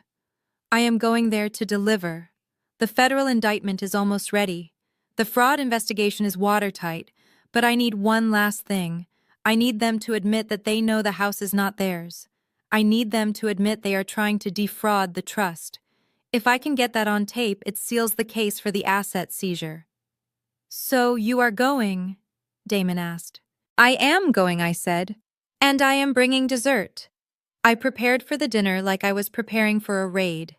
I dressed carefully. I did not wear my usual power suit. I wore a soft cardigan and slacks, an outfit that whispered submission, an outfit that said I was tired and ready to fold. I pulled my hair back into a low bun. I wanted to look like the daughter they remembered, the one who just wanted to please them. Underneath the cardigan, I taped a high-fidelity recording device to the inside of my blouse. It was slim, undetectable, and capable of picking up a whisper from across the room. In my bag, I placed a thick manila folder. It contained the deed to the house, the trust documents, and the foreclosure notice that had been stayed pending the investigation. It was not a checkbook. It was a death warrant for their lifestyle. I drove the Honda Civic to the house. I had kept it in storage for moments like this. Pulling up to the curb on Magnolia Street felt like traveling back in time. The grass was overgrown because the landscaping service was still canceled. The paint was peeling. The house looked like a tired old beast waiting to die, but inside the lights were blazing. They had evidently used the last of the credit line to pay the utility deposit and get the power turned back on. They needed the stage lit for their performance. I walked up the driveway. My heart was beating a slow, steady rhythm against the plastic casing of the recorder. I was not afraid. I was focused. I reached the front door and hesitated for a fraction of a second, remembering the last time I had stood here, dropping my key on the table. That felt like a lifetime ago. I knocked.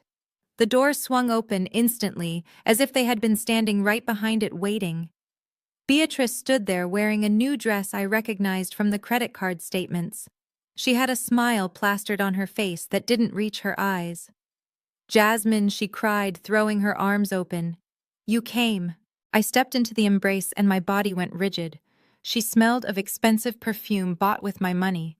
She smelled of betrayal. "Hi, Mama," I said, keeping my voice soft and meek. Come in, come in." She ushered me into the hallway. "Everyone is so excited to see you." I walked into the living room. It was staged perfectly. The table was set with the good china that the antique dealer had rejected. There were candles burning. A turkey sat in the center of the table, golden and glistening. It looked like a Norman Rockwell painting, if Norman Rockwell painted grifters. Marcus was sitting on the couch nursing a beer. He looked thinner, his eyes darting around the room nervously. When he saw me, he stood up a little too quickly. "Hey, Jazz," he said, forcing a grin that looked more like a grimace. "Good to see you, sis." Brittany was standing by the fireplace holding a glass of wine. She was wearing the diamond studs Marcus had bought her with my identity. They caught the light, sparkling with stolen brilliance. She looked me up and down, her eyes lingering on my simple clothes, my lack of jewelry. She took a sip of wine and smirked. I gripped the strap of my bag tighter, feeling the weight of the file inside. I walked further into the room, letting the door click shut behind me. The trap was set. Beatrice bustled into the kitchen. "Sit down, Jasmine, sit down. I will get you a plate. We have so much to catch up on." I sat at my old spot, the chair that always wobbled slightly. Marcus sat opposite me. Brittany stayed standing, hovering like a vulture. "So, Jasmine," Marcus said, leaning forward, his knee bouncing nervously under the table. "How is work? Still at the firm? Still there?" I lied smoothly, just keeping my head down. "It has been a hard few weeks." I bet Brittany said, her voice dripping with false sympathy. "It must be hard being alone, especially during the holidays. We were so worried about you." Beatrice came back with a plate piled high with food. She set it down in front of me and placed a hand on my shoulder. "We are just glad you are home," she said. "Family belongs together. We realize that we were too harsh on you, Jasmine. We want to make things right." I looked down at the turkey. I knew exactly where this was going. They were buttering me up, softening the target before they went in for the kill. "That means a lot, Mama," I said, allowing a tremor to enter my voice. "I have missed you guys." Beatrice squeezed my shoulder. "We missed you too, baby. And you know we have been thinking about the future, about security. Marcus has a new business opportunity, a really big one. But we need to secure some capital. Here it comes, I thought." The pivot. We were looking at the house paperwork, Marcus chimed in, licking his lips. "And we realized that there is a lot of equity just sitting here doing nothing. If we could just access a little bit of it, we could set everyone up for life. You included, Jazz. We could pay you back for everything." Beatrice nodded vigorously. "Exactly. But the bank said, since your name is on the trust documents, we just need you to sign a little paperwork. Just a formality, really, to show you agree to help the family." I looked at them wide-eyed, playing the part. "You want me to sign for a loan?" "Just a co-signature," Brittany said, stepping closer, her voice sharp. "It is not a big deal, Jasmine. It just lets us use the house as collateral. Unless you want your mother to struggle, unless you want us to lose everything." I touched my chest, making sure the recorder was still secure. "So you know the house is in the trust?" I asked clearly. "You know it is not in Mom's name?" "Yes, yes, we know," Beatrice said impatiently. "That is why we need you. You just sign the paper, we get the money, and Marcus handles the rest. You will not have to pay a dime." I looked at Marcus. He was sweating. He looked like a man who owed money to people who owned pliers. "And the money is for business?" I asked. "Strictly business," Marcus lied. I reached into my bag. The room went silent. They watched my hand, expecting a pen. They expecting me to pull out a checkbook or a pen to sign the document they had undoubtedly prepared. Brittany leaned down to Marcus, her voice a low whisper that she thought I could not hear, but the microphone caught it perfectly, crystal clear and damning. "Look at her," Brittany whispered, a sneer curling her lip. "She is pathetic. She came crawling back just like we knew she would. She is here to sign the debt note for us. Stupid girl. She has no idea she is signing her own death warrant." I froze, my hand wrapped around the manila folder. Stupid girl. Death warrant. I looked up. I looked at Brittany. I looked at Marcus. I looked at Beatrice. I pulled the folder out. I placed it on the table right next to the turkey. I did not open it yet. I just let my hand rest on the cover, feeling the texture of the paper. "You are right, Brittany," I said, my voice dropping the facade of the meek daughter. "I am here to sign something, but it isn't a loan." I flipped the folder open. The foreclosure notice lay on top, stark and terrifying. Beneath it was the copy of the federal investigation subpoena for the credit card fraud. I looked Brittany dead in the eye. "I am here to sign your eviction notice. And unlike the loan, this one is non-negotiable." Here is the continuation of the script, following the previous style and context. The red wine dripped off the edge of the table, staining the carpet a deep, violent crimson, but no one moved to clean it up. All eyes were glued to the manila folder I had thrown onto the table. The silence in the room had shifted from expectant to terrified. The air crackled with a static charge, the kind that comes right before lightning strikes. Beatrice stared at the folder as if it were a venomous snake. Her chest heaved. "What is this?" she whispered, her voice trembling, not with sorrow but with the dawning realization that she had lost control. "Open it," I said, my voice cutting through the room like a scalpel. "It is the only inheritance you are ever going to get from me." Marcus reached out his hand, shaking so badly he knocked a spoon onto the floor. He flipped open the cover. The first thing he saw was the foreclosure notice stamped with the undeniable authority of the bank. His face went gray. He flipped the page. There were the photos Silas had taken. Brittany signing the receipt at Le Bill Bouquet, Marcus trying on the watch, Beatrice holding the shopping bags, high-definition proof of their gluttony. And then the indictment, the federal charges, wire fraud, identity theft, conspiracy. Marcus made a sound like a wounded animal. He dropped the folder as if it burned him. He looked at Brittany, his eyes wide and wet. "They know," he choked out. "They know everything." Brittany snatched the folder. She scanned the pages, her face twisting into a mask of pure ugly rage. She looked up at me, and for the first time the smugness was gone, replaced by the feral look of a cornered rat. "You set us up!" she screeched. "You left that card there. You wanted us to use it." "I left a trap for a thief," I replied calmly. "You are the one who walked into it. You are the one who forged my signature. You are the one who stole my identity. Did you really think I wouldn't notice $50,000 missing? Did you think I was that stupid?" Beatrice grabbed the table for support. "Police!" she gasped. "You called the police on your own mother." "I called the FBI, mother," I corrected. "This isn't a family dispute anymore. This is a federal crime. You crossed state lines. You defrauded a national bank. You conspired to steal assets from a protected trust. That makes it federal." Pastor Jenkins stood up, his napkin fluttering to the floor. "Sister Beatrice," he said, his voice tight. I think I should go. This seems like a legal matter." "Sit down, Pastor," I said, not looking at him. "You wanted to witness a family moment. This is it. This is the moment where the truth comes out." I turned back to my mother. "You wanted me to pay your bills. You wanted me to be responsible. Well, I am holding you responsible now. You sold my father's memory for a few weeks of luxury. You tried to mortgage the only thing he left behind to pay for your son's gambling addiction." "It wasn't gambling," Beatrice shrieked. "It was business." "It was a bookie named Sal," I said. "And he is already talking to the authorities because I gave them his number too." Marcus put his head in his hands and began to sob. It wasn't a cry of remorse.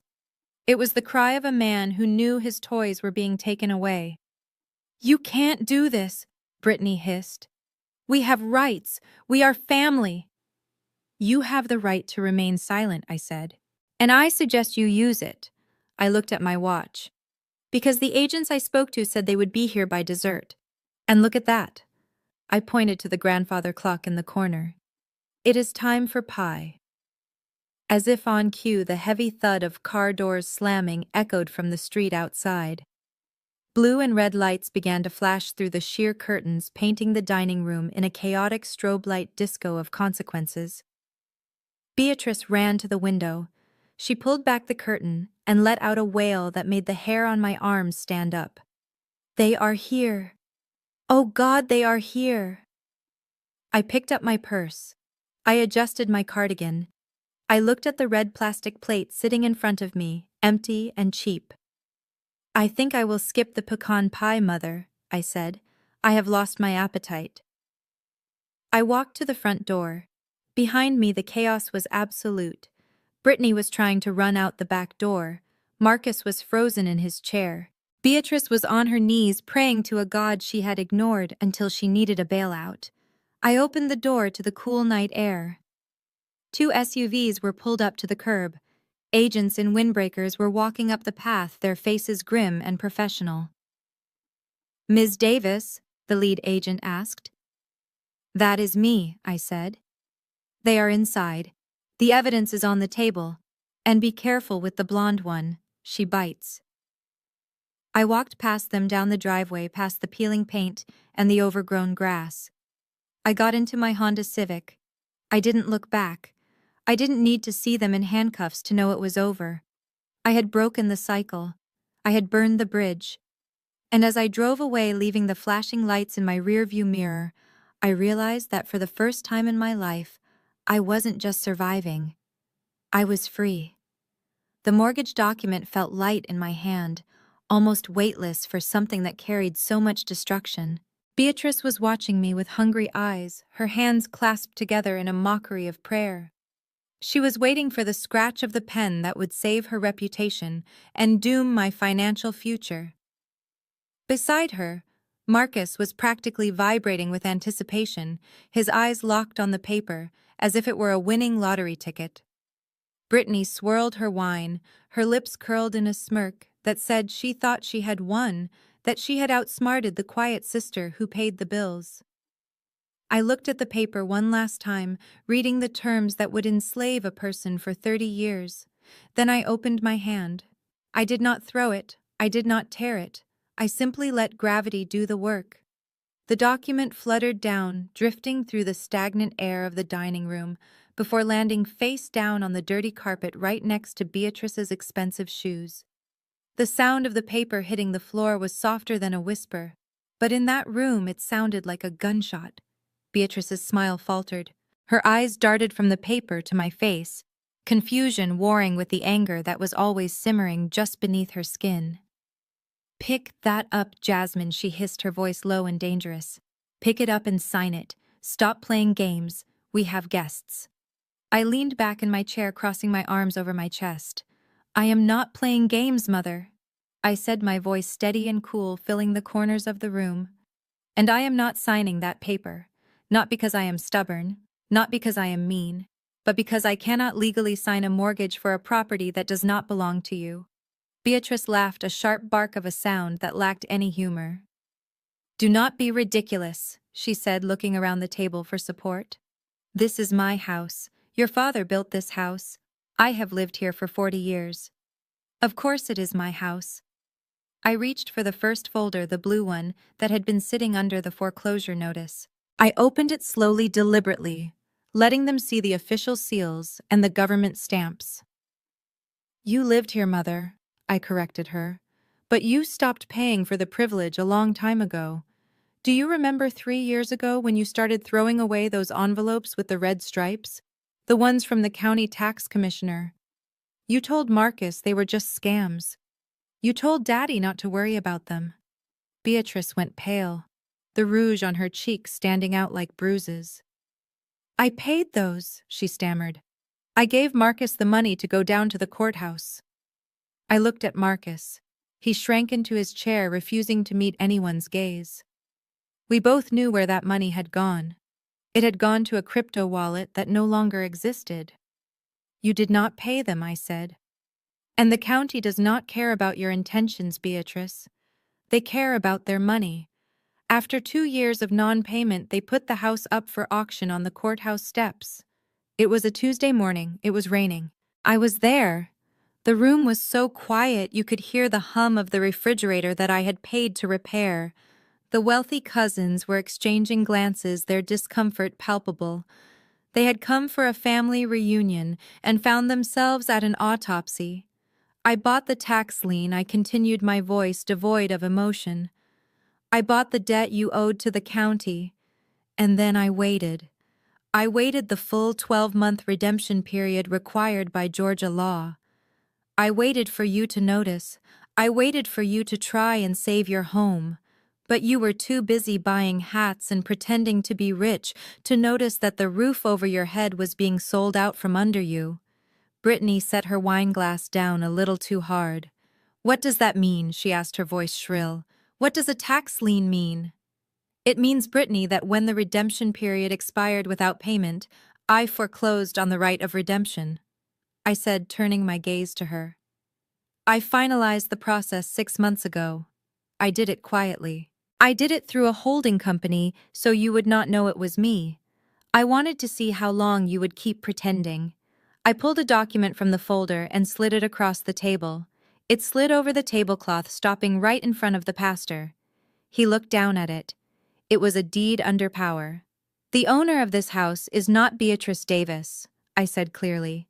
"The owner is JD Holdings, LLC. JD stands for Jasmine Davis." I leaned forward, placing my elbows on the table. "You cannot mortgage this house, Mother, because you do not have the title. You do not have the equity. You do not even have a lease. For the last 6 months, you have been squatting in my property. You are not the matriarch of this estate. You are a guest who has overstayed her welcome." The pastor's hand shook. His silver fork slipped from his fingers and clattered against his china plate, a jarring, ringing sound that echoed the shock on everyone's faces.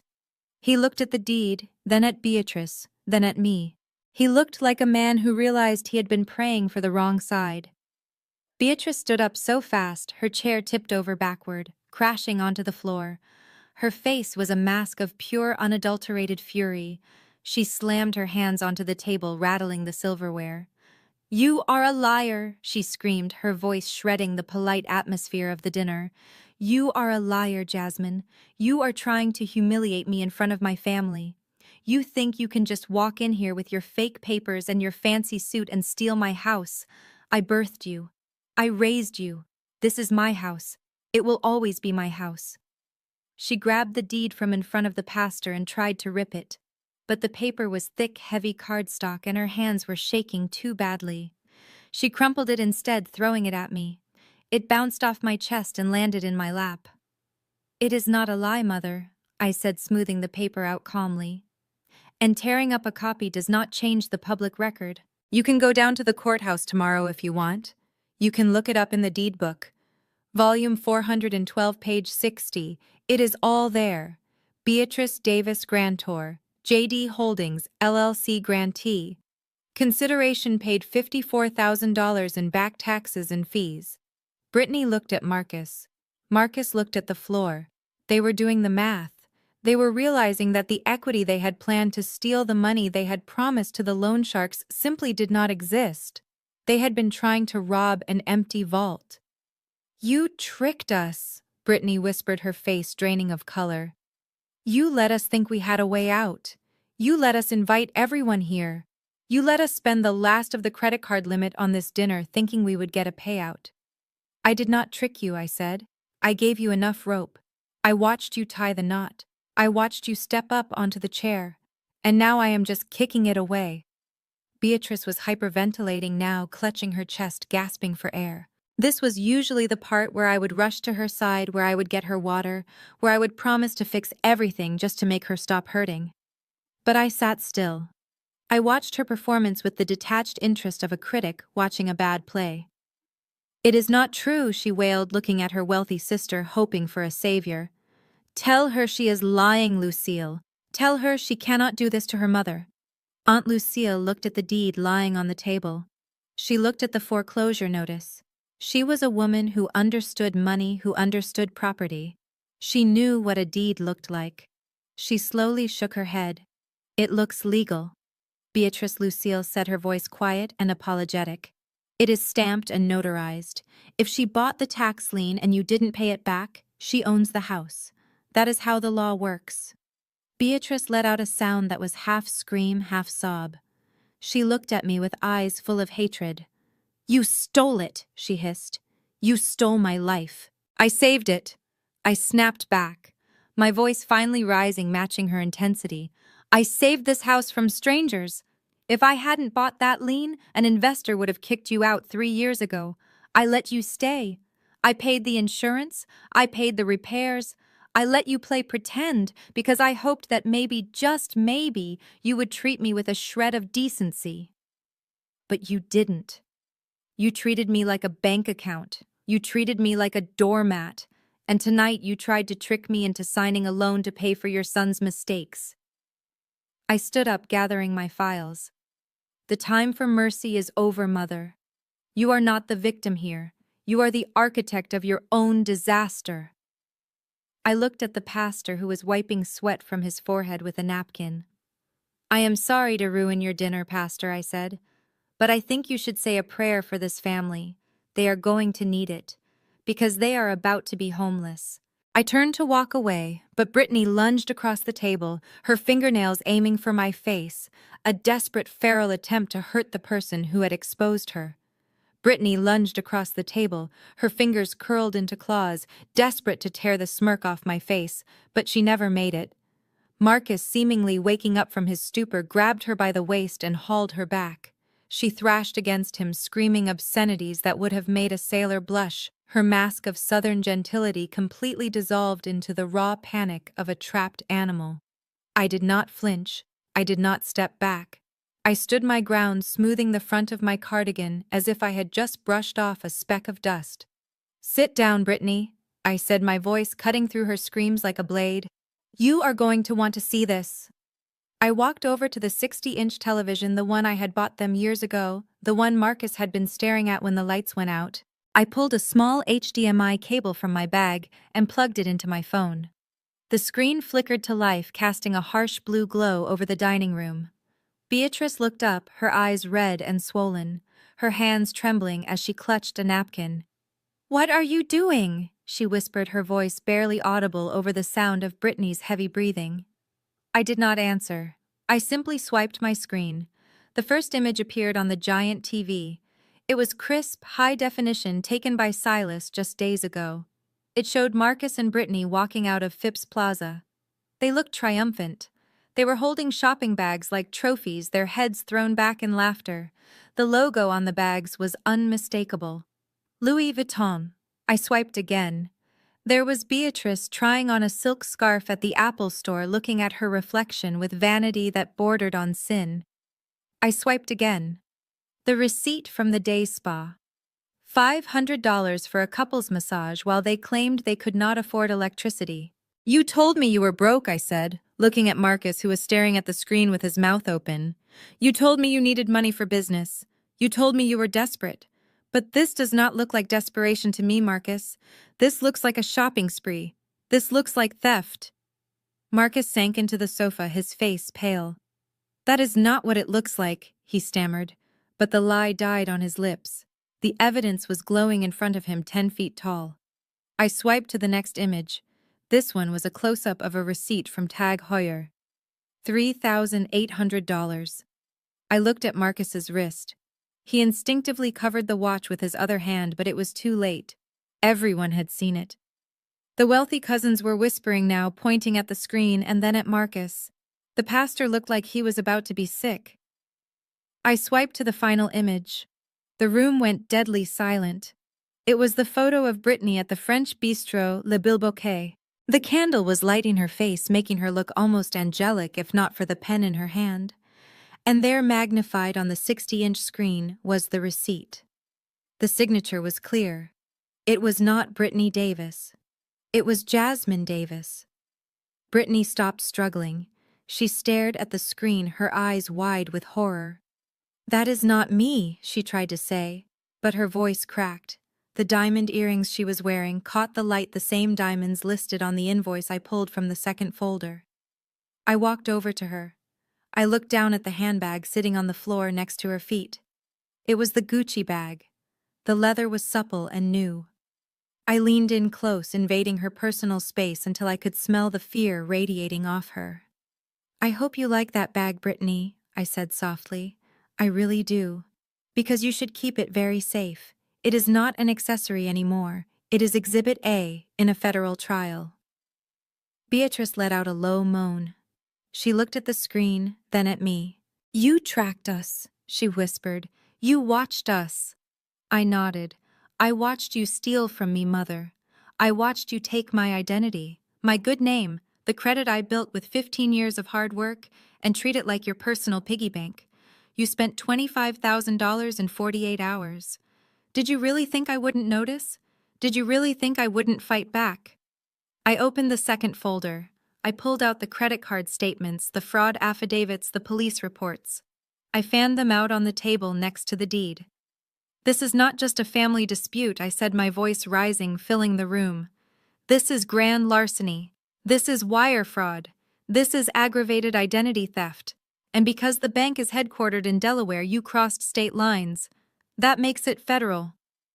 Marcus began to cry. It was a pathetic sound, a weeping that came from a man who had never had to face a consequence in his life. "Ma, do something," he sobbed. "Ma, she is going to send us to jail." Beatrice looked at me. Her eyes were pleading. "Jasmine, please, we can fix this.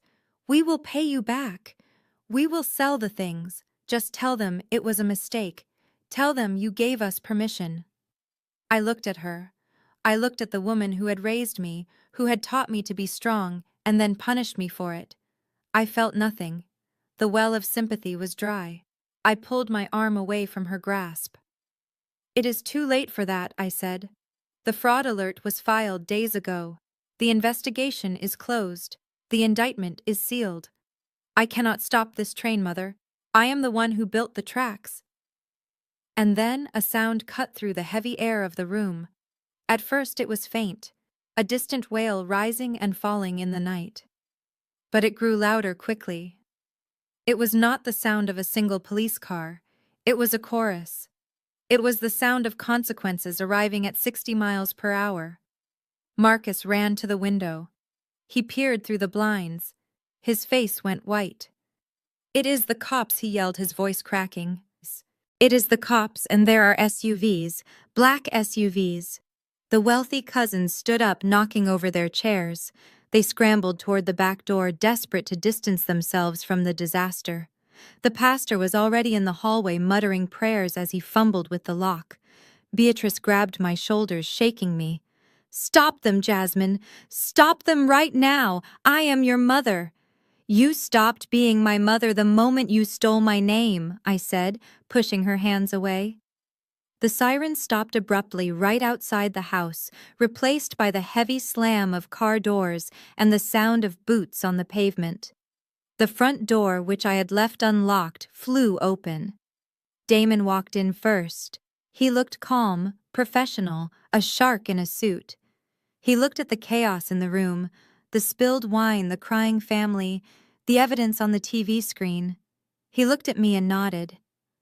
Behind him, filling the hallway, were men in jackets emblazoned with 3 letters: FBI. They did not look like they were here for dinner. They looked like they were here to take out the trash. One of the agents stepped forward, his hand resting on his holster. "Beatrice Davis. Marcus Davis. Brittany Davis," he said, his voice booming. "You are under arrest." Brittany screamed, a high, piercing sound that echoed off the walls. Marcus tried to run toward the kitchen, but an agent tackled him to the ground before he made it 3 steps. Beatrice simply collapsed into her chair, weeping into her hands. I picked up my purse.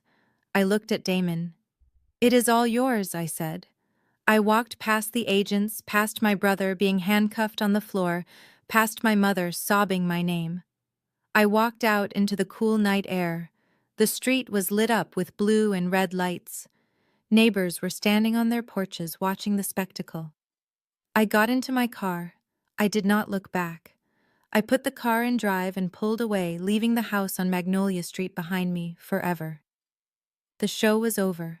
The curtain had fallen, and I had the only standing ovation that mattered: my freedom. The room seemed to shrink the moment the federal agents stepped fully into the light. The grandeur of the dining room, with its crystal glasses and silver candlesticks, instantly evaporated, leaving behind only a sordid crime scene. The lead agent, a man with a face carved from granite, walked straight to the head of the table. He did not look at the turkey or the spilled wine. He looked directly at Marcus and Brittany. He pulled a folded paper from his jacket pocket, and the rustle of that paper was the only sound in the world. "Marcus, Davis, and Brittany." "Davis," he announced, his voice a heavy baritone that vibrated in the floorboards. "You are under arrest for federal identity theft, aggravated credit card fraud, and conspiracy to commit wire fraud. You have the right to remain silent. Anything you say can and will be used against you in a court of law." The words hung in the air, heavy and absolute. For a second, nobody moved. It was as if their brains could not process the shift from a family dinner to a federal raid. Then the reality crashed down. Brittany let out a sound that was less a scream and more an animalistic shriek of denial. She scrambled backward, knocking her chair over, trying to put distance between herself and the handcuffs gleaming on the agent's belt. "It was him," she screamed, pointing a manicured finger at Marcus. "It was his idea. He made me do it. He said she owed us the money. He said she wouldn't notice. I didn't want to do it." Marcus stared at her, his eyes wide with betrayal. The woman who had urged him on, who had swiped the card with glee, who had called him a king, was now throwing him to the wolves before the cuffs even touched his skin. He looked from her to the agents, and then his knees gave out. He collapsed onto the carpet, not in a faint, but in a surrender of all dignity. He curled into a ball, sobbing into his hands. "Ma," he wailed, his voice high and thin like a child's. "Ma, don't let them take me. Tell them it's a mistake. Tell them we have the money. It wasn't my fault." The agents moved with practiced efficiency. They did not care about the finger-pointing or the tears. Two of them hauled Marcus up from the floor. He was dead weight, his legs useless. They spun him around, and I heard the distinct metallic click of the handcuffs ratcheting tight. It was a sound of finality, a sound that locked the door on his delusions of grandeur. Brittany fought. When the female agent reached for her, she tried to slap her hand away. That was a mistake. Within seconds, she was spun around and pressed face first against the wall next to the china cabinet. Her cheek was smashed against the floral wallpaper. Her arms were wrenched behind her back. "Get off me!" she yelled, thrashing against the restraint. "Do you know who I am? I am a victim here. She stole my life." "You are a suspect under federal indictment, ma'am," the agent said calmly, snapping the cuffs on her wrists. "And you are making it worse." Beatrice stood in the center of the chaos, watching her world disintegrate. She looked at Marcus weeping as he was dragged toward the door. She looked at Brittany pinned against the wall. The arrogance that had sustained her for decades, the pride that had made her cruel. It all evaporated, leaving behind a terrified old woman. She realized in that moment that her social standing, her reputation, her very identity as the matriarch was being hauled away in handcuffs. She turned to me. Her eyes were wild, desperate. She threw herself at my feet, dropping to her knees on the wine-stained carpet. She grabbed the hem of my slacks, her fingers digging into the fabric. "Jasmine, please," she begged, her voice cracking into a sob. "They are your family. You cannot let them go to prison. Just tell the officers it was a mistake. Tell them you gave permission. I will do anything. I will sign the paper. I will give you the furniture. Just stop this." I looked down at her, down. This was the woman who had sneered at my clothes. This was the woman who had told me to leave my father's house. This was the woman who had watched me pay her bills for a decade and never said thank you. Now she was on her knees offering me scraps, offering me things I already owned or did not want. I felt a strange sense of detachment. I did not feel hate. I did not feel pity. I just felt clean. I reached down and peeled her fingers off my leg one by one. Her grip was weak. "Get up, Mother," I said, my voice flat and cold. "You are embarrassing yourself. You cannot trade a house you do not own for a crime that has already been committed. This is not a negotiation. This is the consequence you ignored for 30 years. "But they are going to jail," she wailed, clutching at the air where my leg had been. "They broke the law," I said, stepping back. "They stole from me. They stole from the bank. And you watched them do it. You ate the steak, Mother. You wore the scarf. You are not a victim. Not a... You are an accomplice." Damon stepped forward, signaling to the agents. "It is time to go," he said. The agents began the march to the door. They shoved Marcus and Brittany ahead of them. Marcus was still crying, stumbling over his own feet. Brittany was silent now, her face a mask of shock, her expensive makeup smeared across her cheek. She was still clutching the Gucci bag in her cuffed hands until an agent gently but firmly pulled it away. "That stays here," the agent said.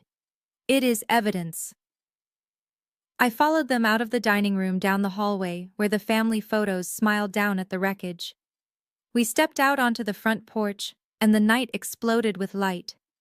The entire street was awake. The flashing blue and red lights of the federal SUVs bounced off the houses, creating a surreal strobe effect. The neighbors had come out.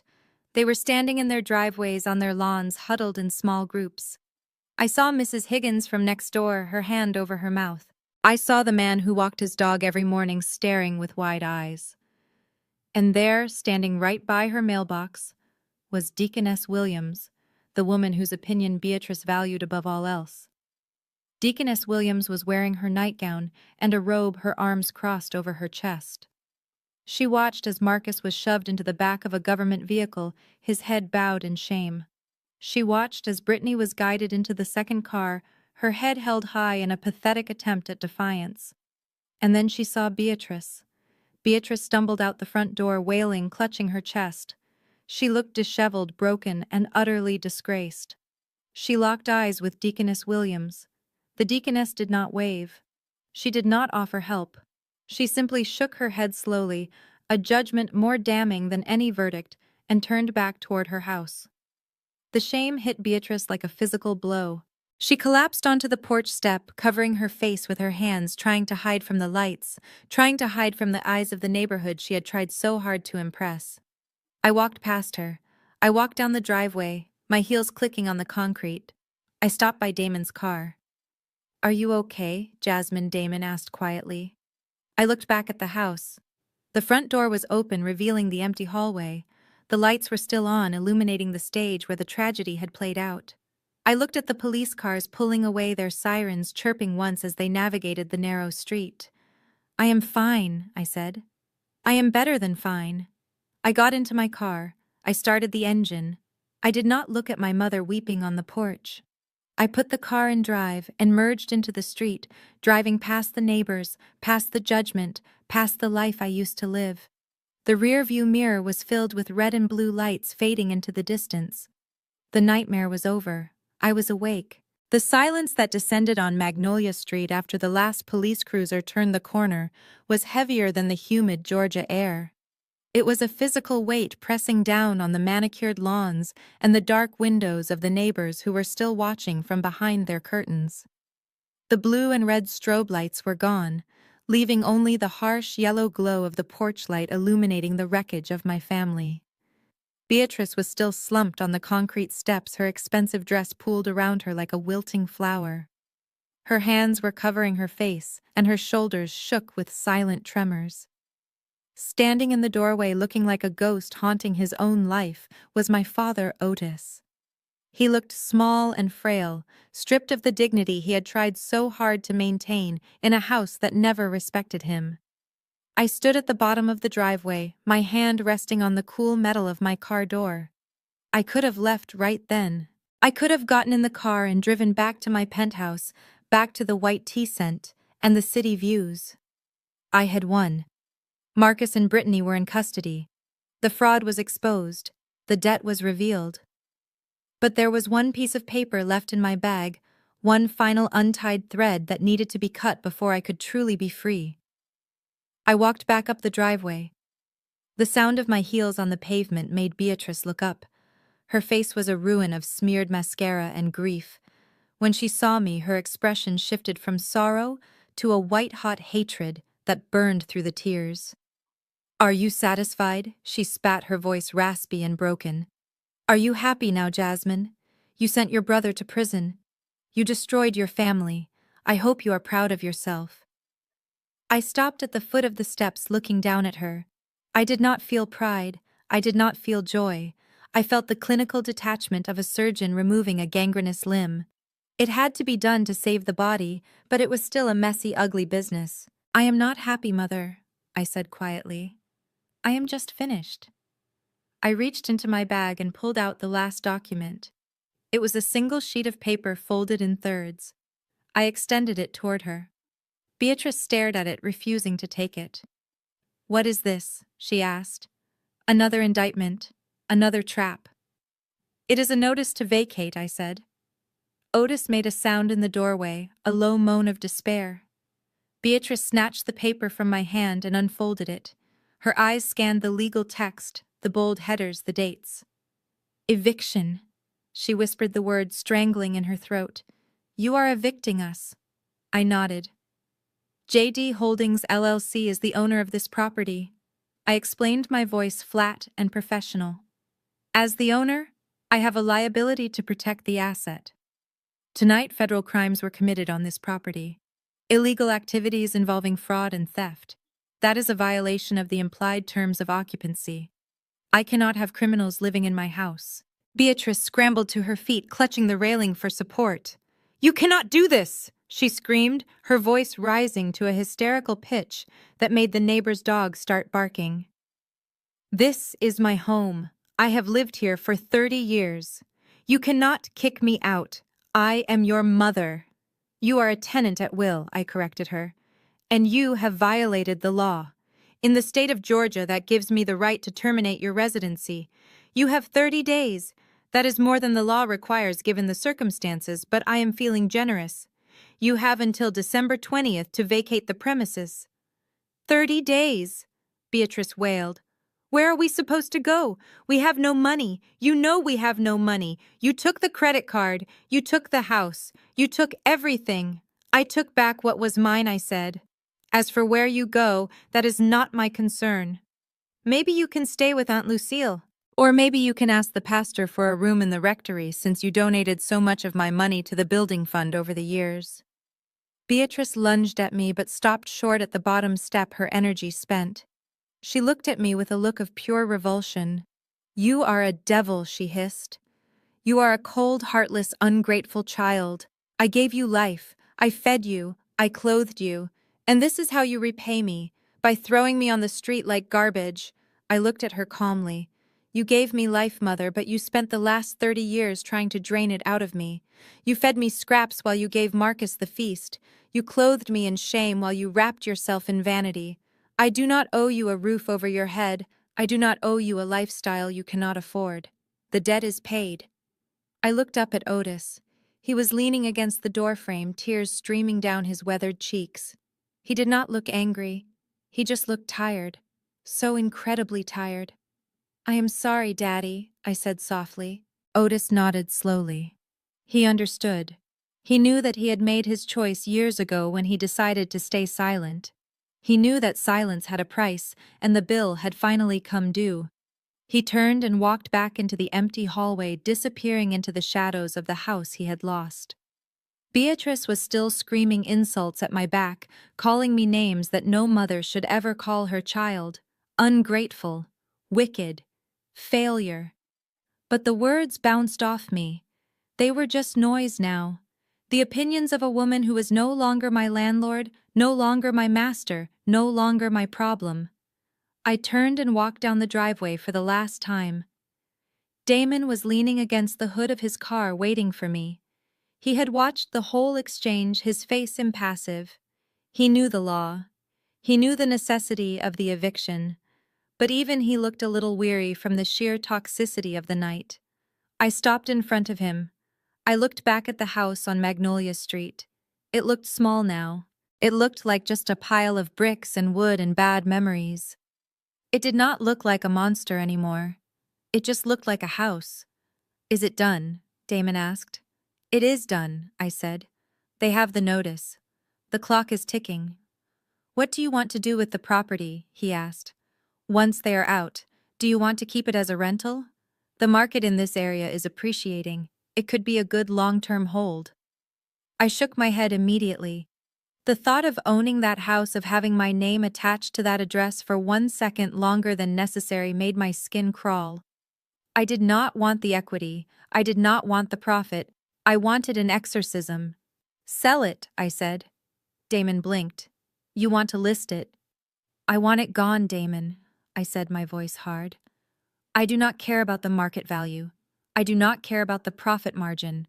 List it below market. Sell it to a flipper. Sell it to a developer who wants to bulldoze it and build condos. I do not care.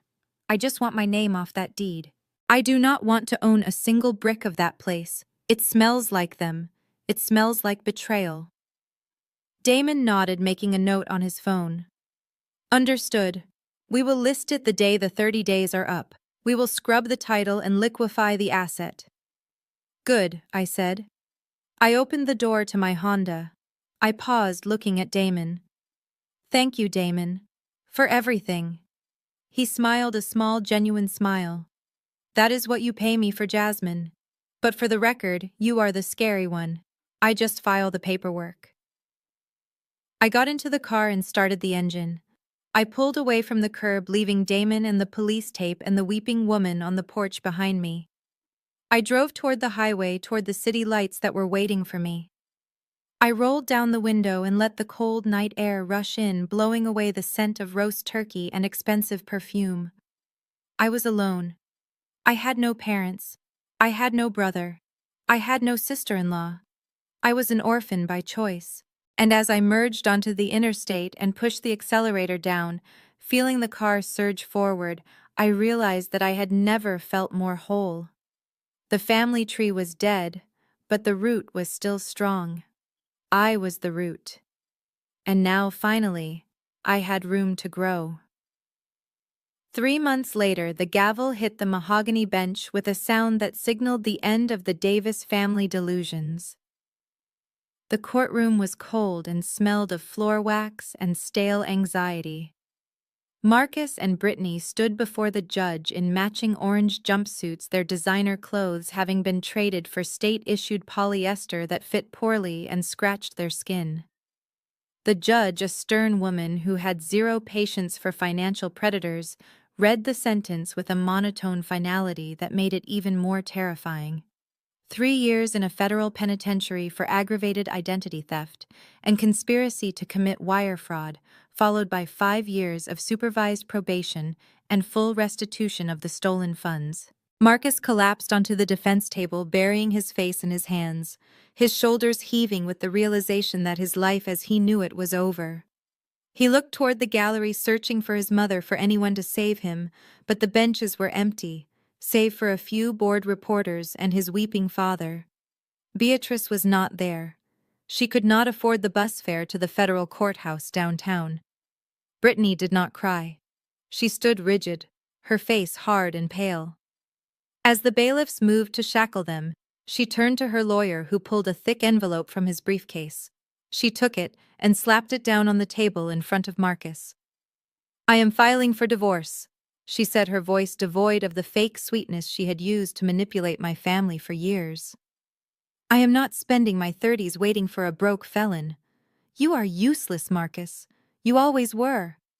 Marcus looked up at her, his eyes wide with shock. "But we are in this together," he whispered.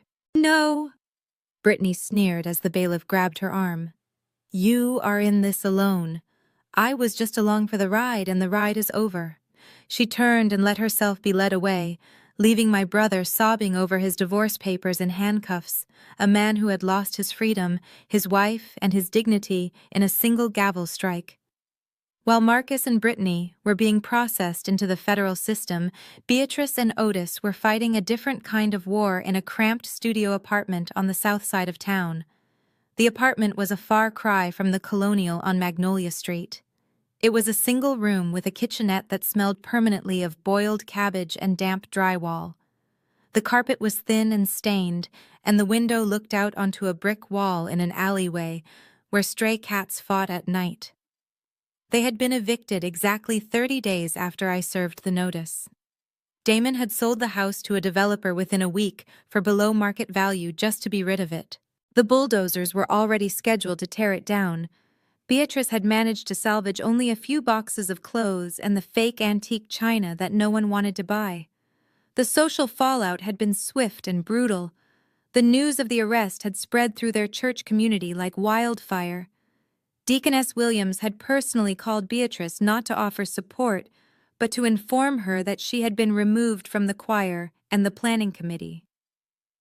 The friends who used to come over for Sunday dinner, the women Beatrice had tried so hard to impress with her hats and her airs, simply stopped answering the phone. When Beatrice and Otis showed up for service 2 weeks ago, the usher had quietly suggested they sit in the back row, away from the respectable families. They had not gone back since. Otis spent his days sitting in a second-hand armchair, staring at the blank wall, his spirit completely broken. He barely spoke. He just existed, a man hollowed out by regret. But Beatrice could not afford the luxury of despair. They had bills to pay, and without my money and without Marcus's schemes, they were destitute. So Beatrice Davis, the woman who had screamed that I was just a lowly secretary, the woman who had mocked my practical clothes and my work ethic, put on a blue uniform. It was a polyester smock that zipped up the front, the kind worn by the invisible workforce that cleaned the world while everyone else slept. She had taken a job as a night janitor at a mid-rise office building downtown. It was the only work she could find, with no references and a ruined reputation. Every night at 6 p.m. she took 2 buses to the city center. She pushed a heavy cart filled with cleaning supplies. She scrubbed toilets that were used by executives who looked right through her. She emptied trash cans filled with the remnants of lunches she could never afford. Her hands, once manicured and soft, became rough and chapped from the harsh chemicals. Her back ached constantly. But the physical pain was nothing compared to the humiliation. Every time she knelt to wipe a scuff mark off the floor, she remembered how she had looked down on me. She remembered telling me to get a real job. She remembered calling me a failure. Now she was cleaning up after people like me. It was a Tuesday evening, and the rain was lashing against the glass doors of the office lobby. Beatrice was mopping the marble floor, the gray water swirling in the bucket. She was tired down to her bones. Her shift was almost over, but she still had the executive suites on the top floor to finish.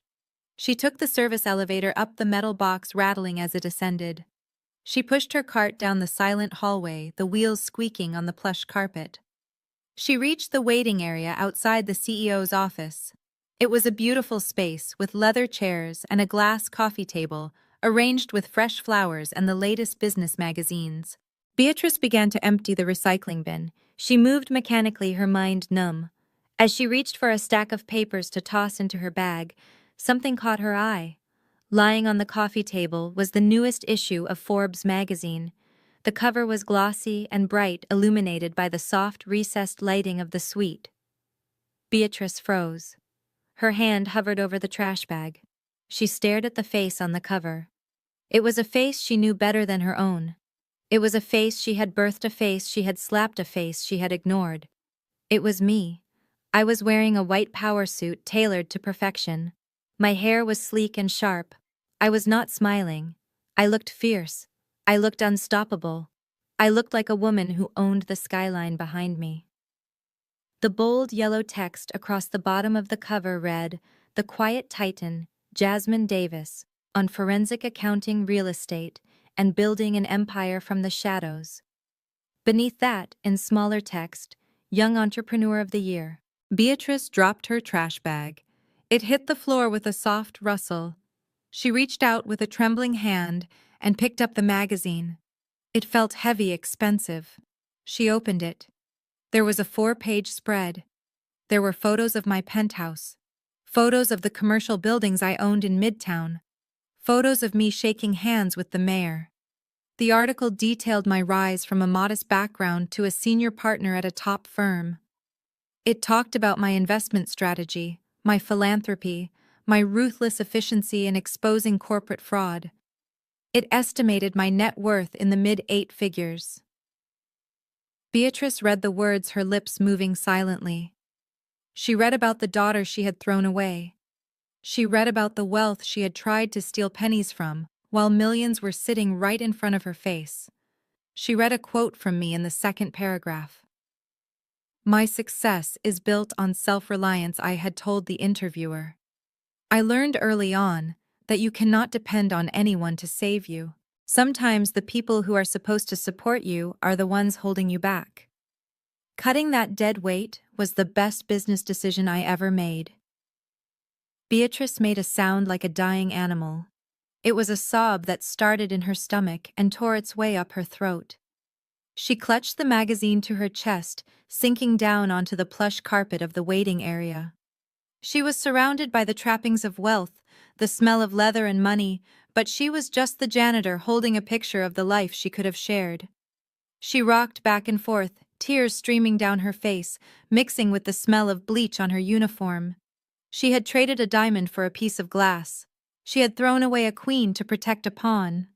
And now she was alone in the dark, scrubbing floors, while her daughter looked down on her from the cover of a magazine she could not even afford to buy. The elevator dinged down the hall, signaling the arrival of the morning security guard, but Beatrice did not move. She just sat there weeping over the glossy image of the daughter she had underestimated until it was too late. The realization washed over her, cold and absolute. She had not just lost a house. She had lost a legacy. And she knew with a terrifying certainty that I would never look back. The rain in Atlanta does not fall gently. It hammers against the earth like it is trying to wash the city clean of its sins.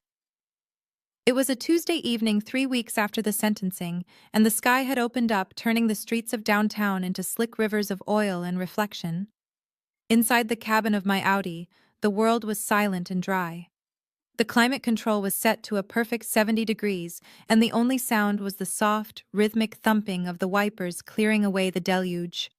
I was driving down 10th Street, heading away from the office district, away from the skyscrapers where I made my fortune, and toward the open highway. The traffic light ahead turned red, and I eased the car to a stop. The rhythmic drumming of the rain intensified against the roof. I looked out the passenger window. I was stopped right next to a city bus shelter, a small plexiglass box that offered little protection against the driving wind. There was a woman standing inside, huddled into the corner, trying to shield herself from the spray of passing cars. She was wearing a thin plastic poncho over a blue custodial smock. Her shoes were worn sneakers soaked through to the socks. In one hand, she gripped a plastic bag from a discount grocery store, the kind that tears if you look at it wrong. I could see the outline of a loaf of generic bread and a carton of milk pressing against the thin material. She turned her head, looking for the bus headlights in the distance, and the street lamp illuminated her face. It was Beatrice. She looked 20 years older than she had just a few months ago. The arrogance was gone, scraped away by the harsh reality of survival. Her face was gaunt, the skin hanging loosely on her cheekbones. Her eyes, once sharp and judging, were dull and rimmed with red. She looked cold. She looked hungry. She looked like a woman who had lost everything and knew exactly whose fault it was. For a moment, time seemed to suspend itself. The rain blurred the world outside, but she was in sharp focus. I sat in my $100,000 machine encased in leather and steel, watching the woman who had birthed me shivering in the cold. I remembered the way she used to look at me across the dining room table, with that sneer of disappointment. I remembered her telling me I was selfish. I remembered her telling me to get out of her house. Beatrice looked down at the street. Her eyes swept over the line of cars stopped at the light. They glided over a taxi, over a delivery truck, and then they locked onto the Audi. She knew this car. She had seen it drive away the night the FBI raided her home. She had seen it on the cover of the magazine she had wept over. Her eyes widened. A spark of recognition flashed through the dullness. She stepped forward, moving out of the shelter and into the rain. She did not seem to notice the water soaking her face. She stared right at me through the tinted glass. I knew she could not see me clearly, but she knew I was there. She knew her daughter was sitting just 10 feet away, wrapped in the success she had tried to steal. Her hand came up slowly. It was a hesitant, trembling gesture. She was waving, or maybe she was reaching out. It was the movement of a drowning woman trying to catch a lifeline. Her lips moved. I could not hear her through the soundproof glass, but I knew the shape of the word she was saying. Jasmine. She took a step toward the curb, her face twisting into a mask of desperate hope. She thought I would roll down the window. She thought I would unlock the door. She thought that after everything, after the theft and the insults and the betrayal, that the bond of blood would still be strong enough to make me stop. She thought I was still the girl who craved her approval, who would do anything for a crumb of affection. She was wrong. I reached into the center console and pulled out my sunglasses. It was dark outside and the rain was heavy, but I put them on anyway. They were dark, oversized, and armored. They hid my eyes. They hid my soul. I turned my head forward, looking at the traffic light. It was still red, but I could see the cross traffic slowing down. I gripped the steering wheel, the leather warm under my palms. I did not look at her again. I did not acknowledge the woman standing in the rain, begging for a salvation she did not deserve. The light turned green. I pressed my foot down on the accelerator. The twin-turbo engine roared, a deep, guttural sound of power and finality. The car surged forward, the tires kicking up a spray of dirty rainwater that splashed onto the curb, soaking the hem of Beatrice's blue smock. I did not check the rearview mirror. I did not need to see her shoulders slump. I did not need to see her watch the taillights fade into the storm. I knew she was still standing there alone, waiting for a bus that would take her back to a damp studio apartment and a life of regret. As the city skyline receded behind me, a voiceover played in my mind, narrating the closing chapter of a long and painful book. It was my own voice, calm and assured. My mother once told me that if I thought I was smart enough to look down on them, I should pay my own bills. She meant it as a threat. She meant to cripple me with the weight of responsibility. She wanted me to learn that the world was hard, and that I needed them to survive. She wanted me to pay a price for my independence. Well, I paid it. I paid every cent. I paid in sleepless nights. I paid in years of silence. I paid in the heartbreak of realizing that the people who were supposed to love me only loved what I could do for them. They wanted me to pay for my intelligence. They wanted me to pay for my success. So I did. The price of my freedom was them. It cost me a mother, a father, a brother. It cost me the illusion of a family. It was expensive. It was painful. But as I drive away from the wreckage of their lives, I realize the truth. It was the biggest bargain of my life. I got the better end of the deal. I traded a liability for an asset. I traded a cage for the sky. I looked over at the passenger seat. Damon was sitting there looking out at the passing lights. He had been with me at the final closing of the Magnolia Street sale. He had stood by me when the judge read the sentencing. He had never asked for anything other than my trust, and he had earned it 10 times over. He felt my gaze and turned to look at me. He did not say anything. He did not ask about the woman at the bus stop. He just reached out and covered my hand on the gear shift. His grip was warm and solid. It was the touch of an equal. It was the touch of someone who saw me not as a bank account, but as a woman who had walked through fire and come out made of gold. I interlaced my fingers with his. I squeezed his hand. "Where to?" he asked, his voice low and steady. "Anywhere," I said. "Everywhere." The rain was stopping now. The clouds were breaking apart, revealing a sliver of the moon. The road ahead was open and wide, stretching out into the darkness, leading to a future that belonged only to me. I pressed the gas pedal a little harder, driving into the night, driving toward the dawn, driving away from the ghosts of Magnolia Street, and into the beautiful, terrifying silence of my own freedom. This story teaches us a powerful lesson about self-worth. Shared DNA is never a license for abuse. For years, Jasmine paid for affection that never existed, learning the hard way that you cannot buy respect from those committed to using you. True freedom arrives only when we realize that family is defined by behavior, not bloodlines. Setting boundaries isn't an act of cruelty, it is a necessary act of survival. The price of your peace may be high, but it is the only investment that guarantees a return. You must be willing to walk away to truly find yourself. If you believe that your peace is worth more than toxic loyalty, hit that like button and subscribe for more stories of justice and resilience.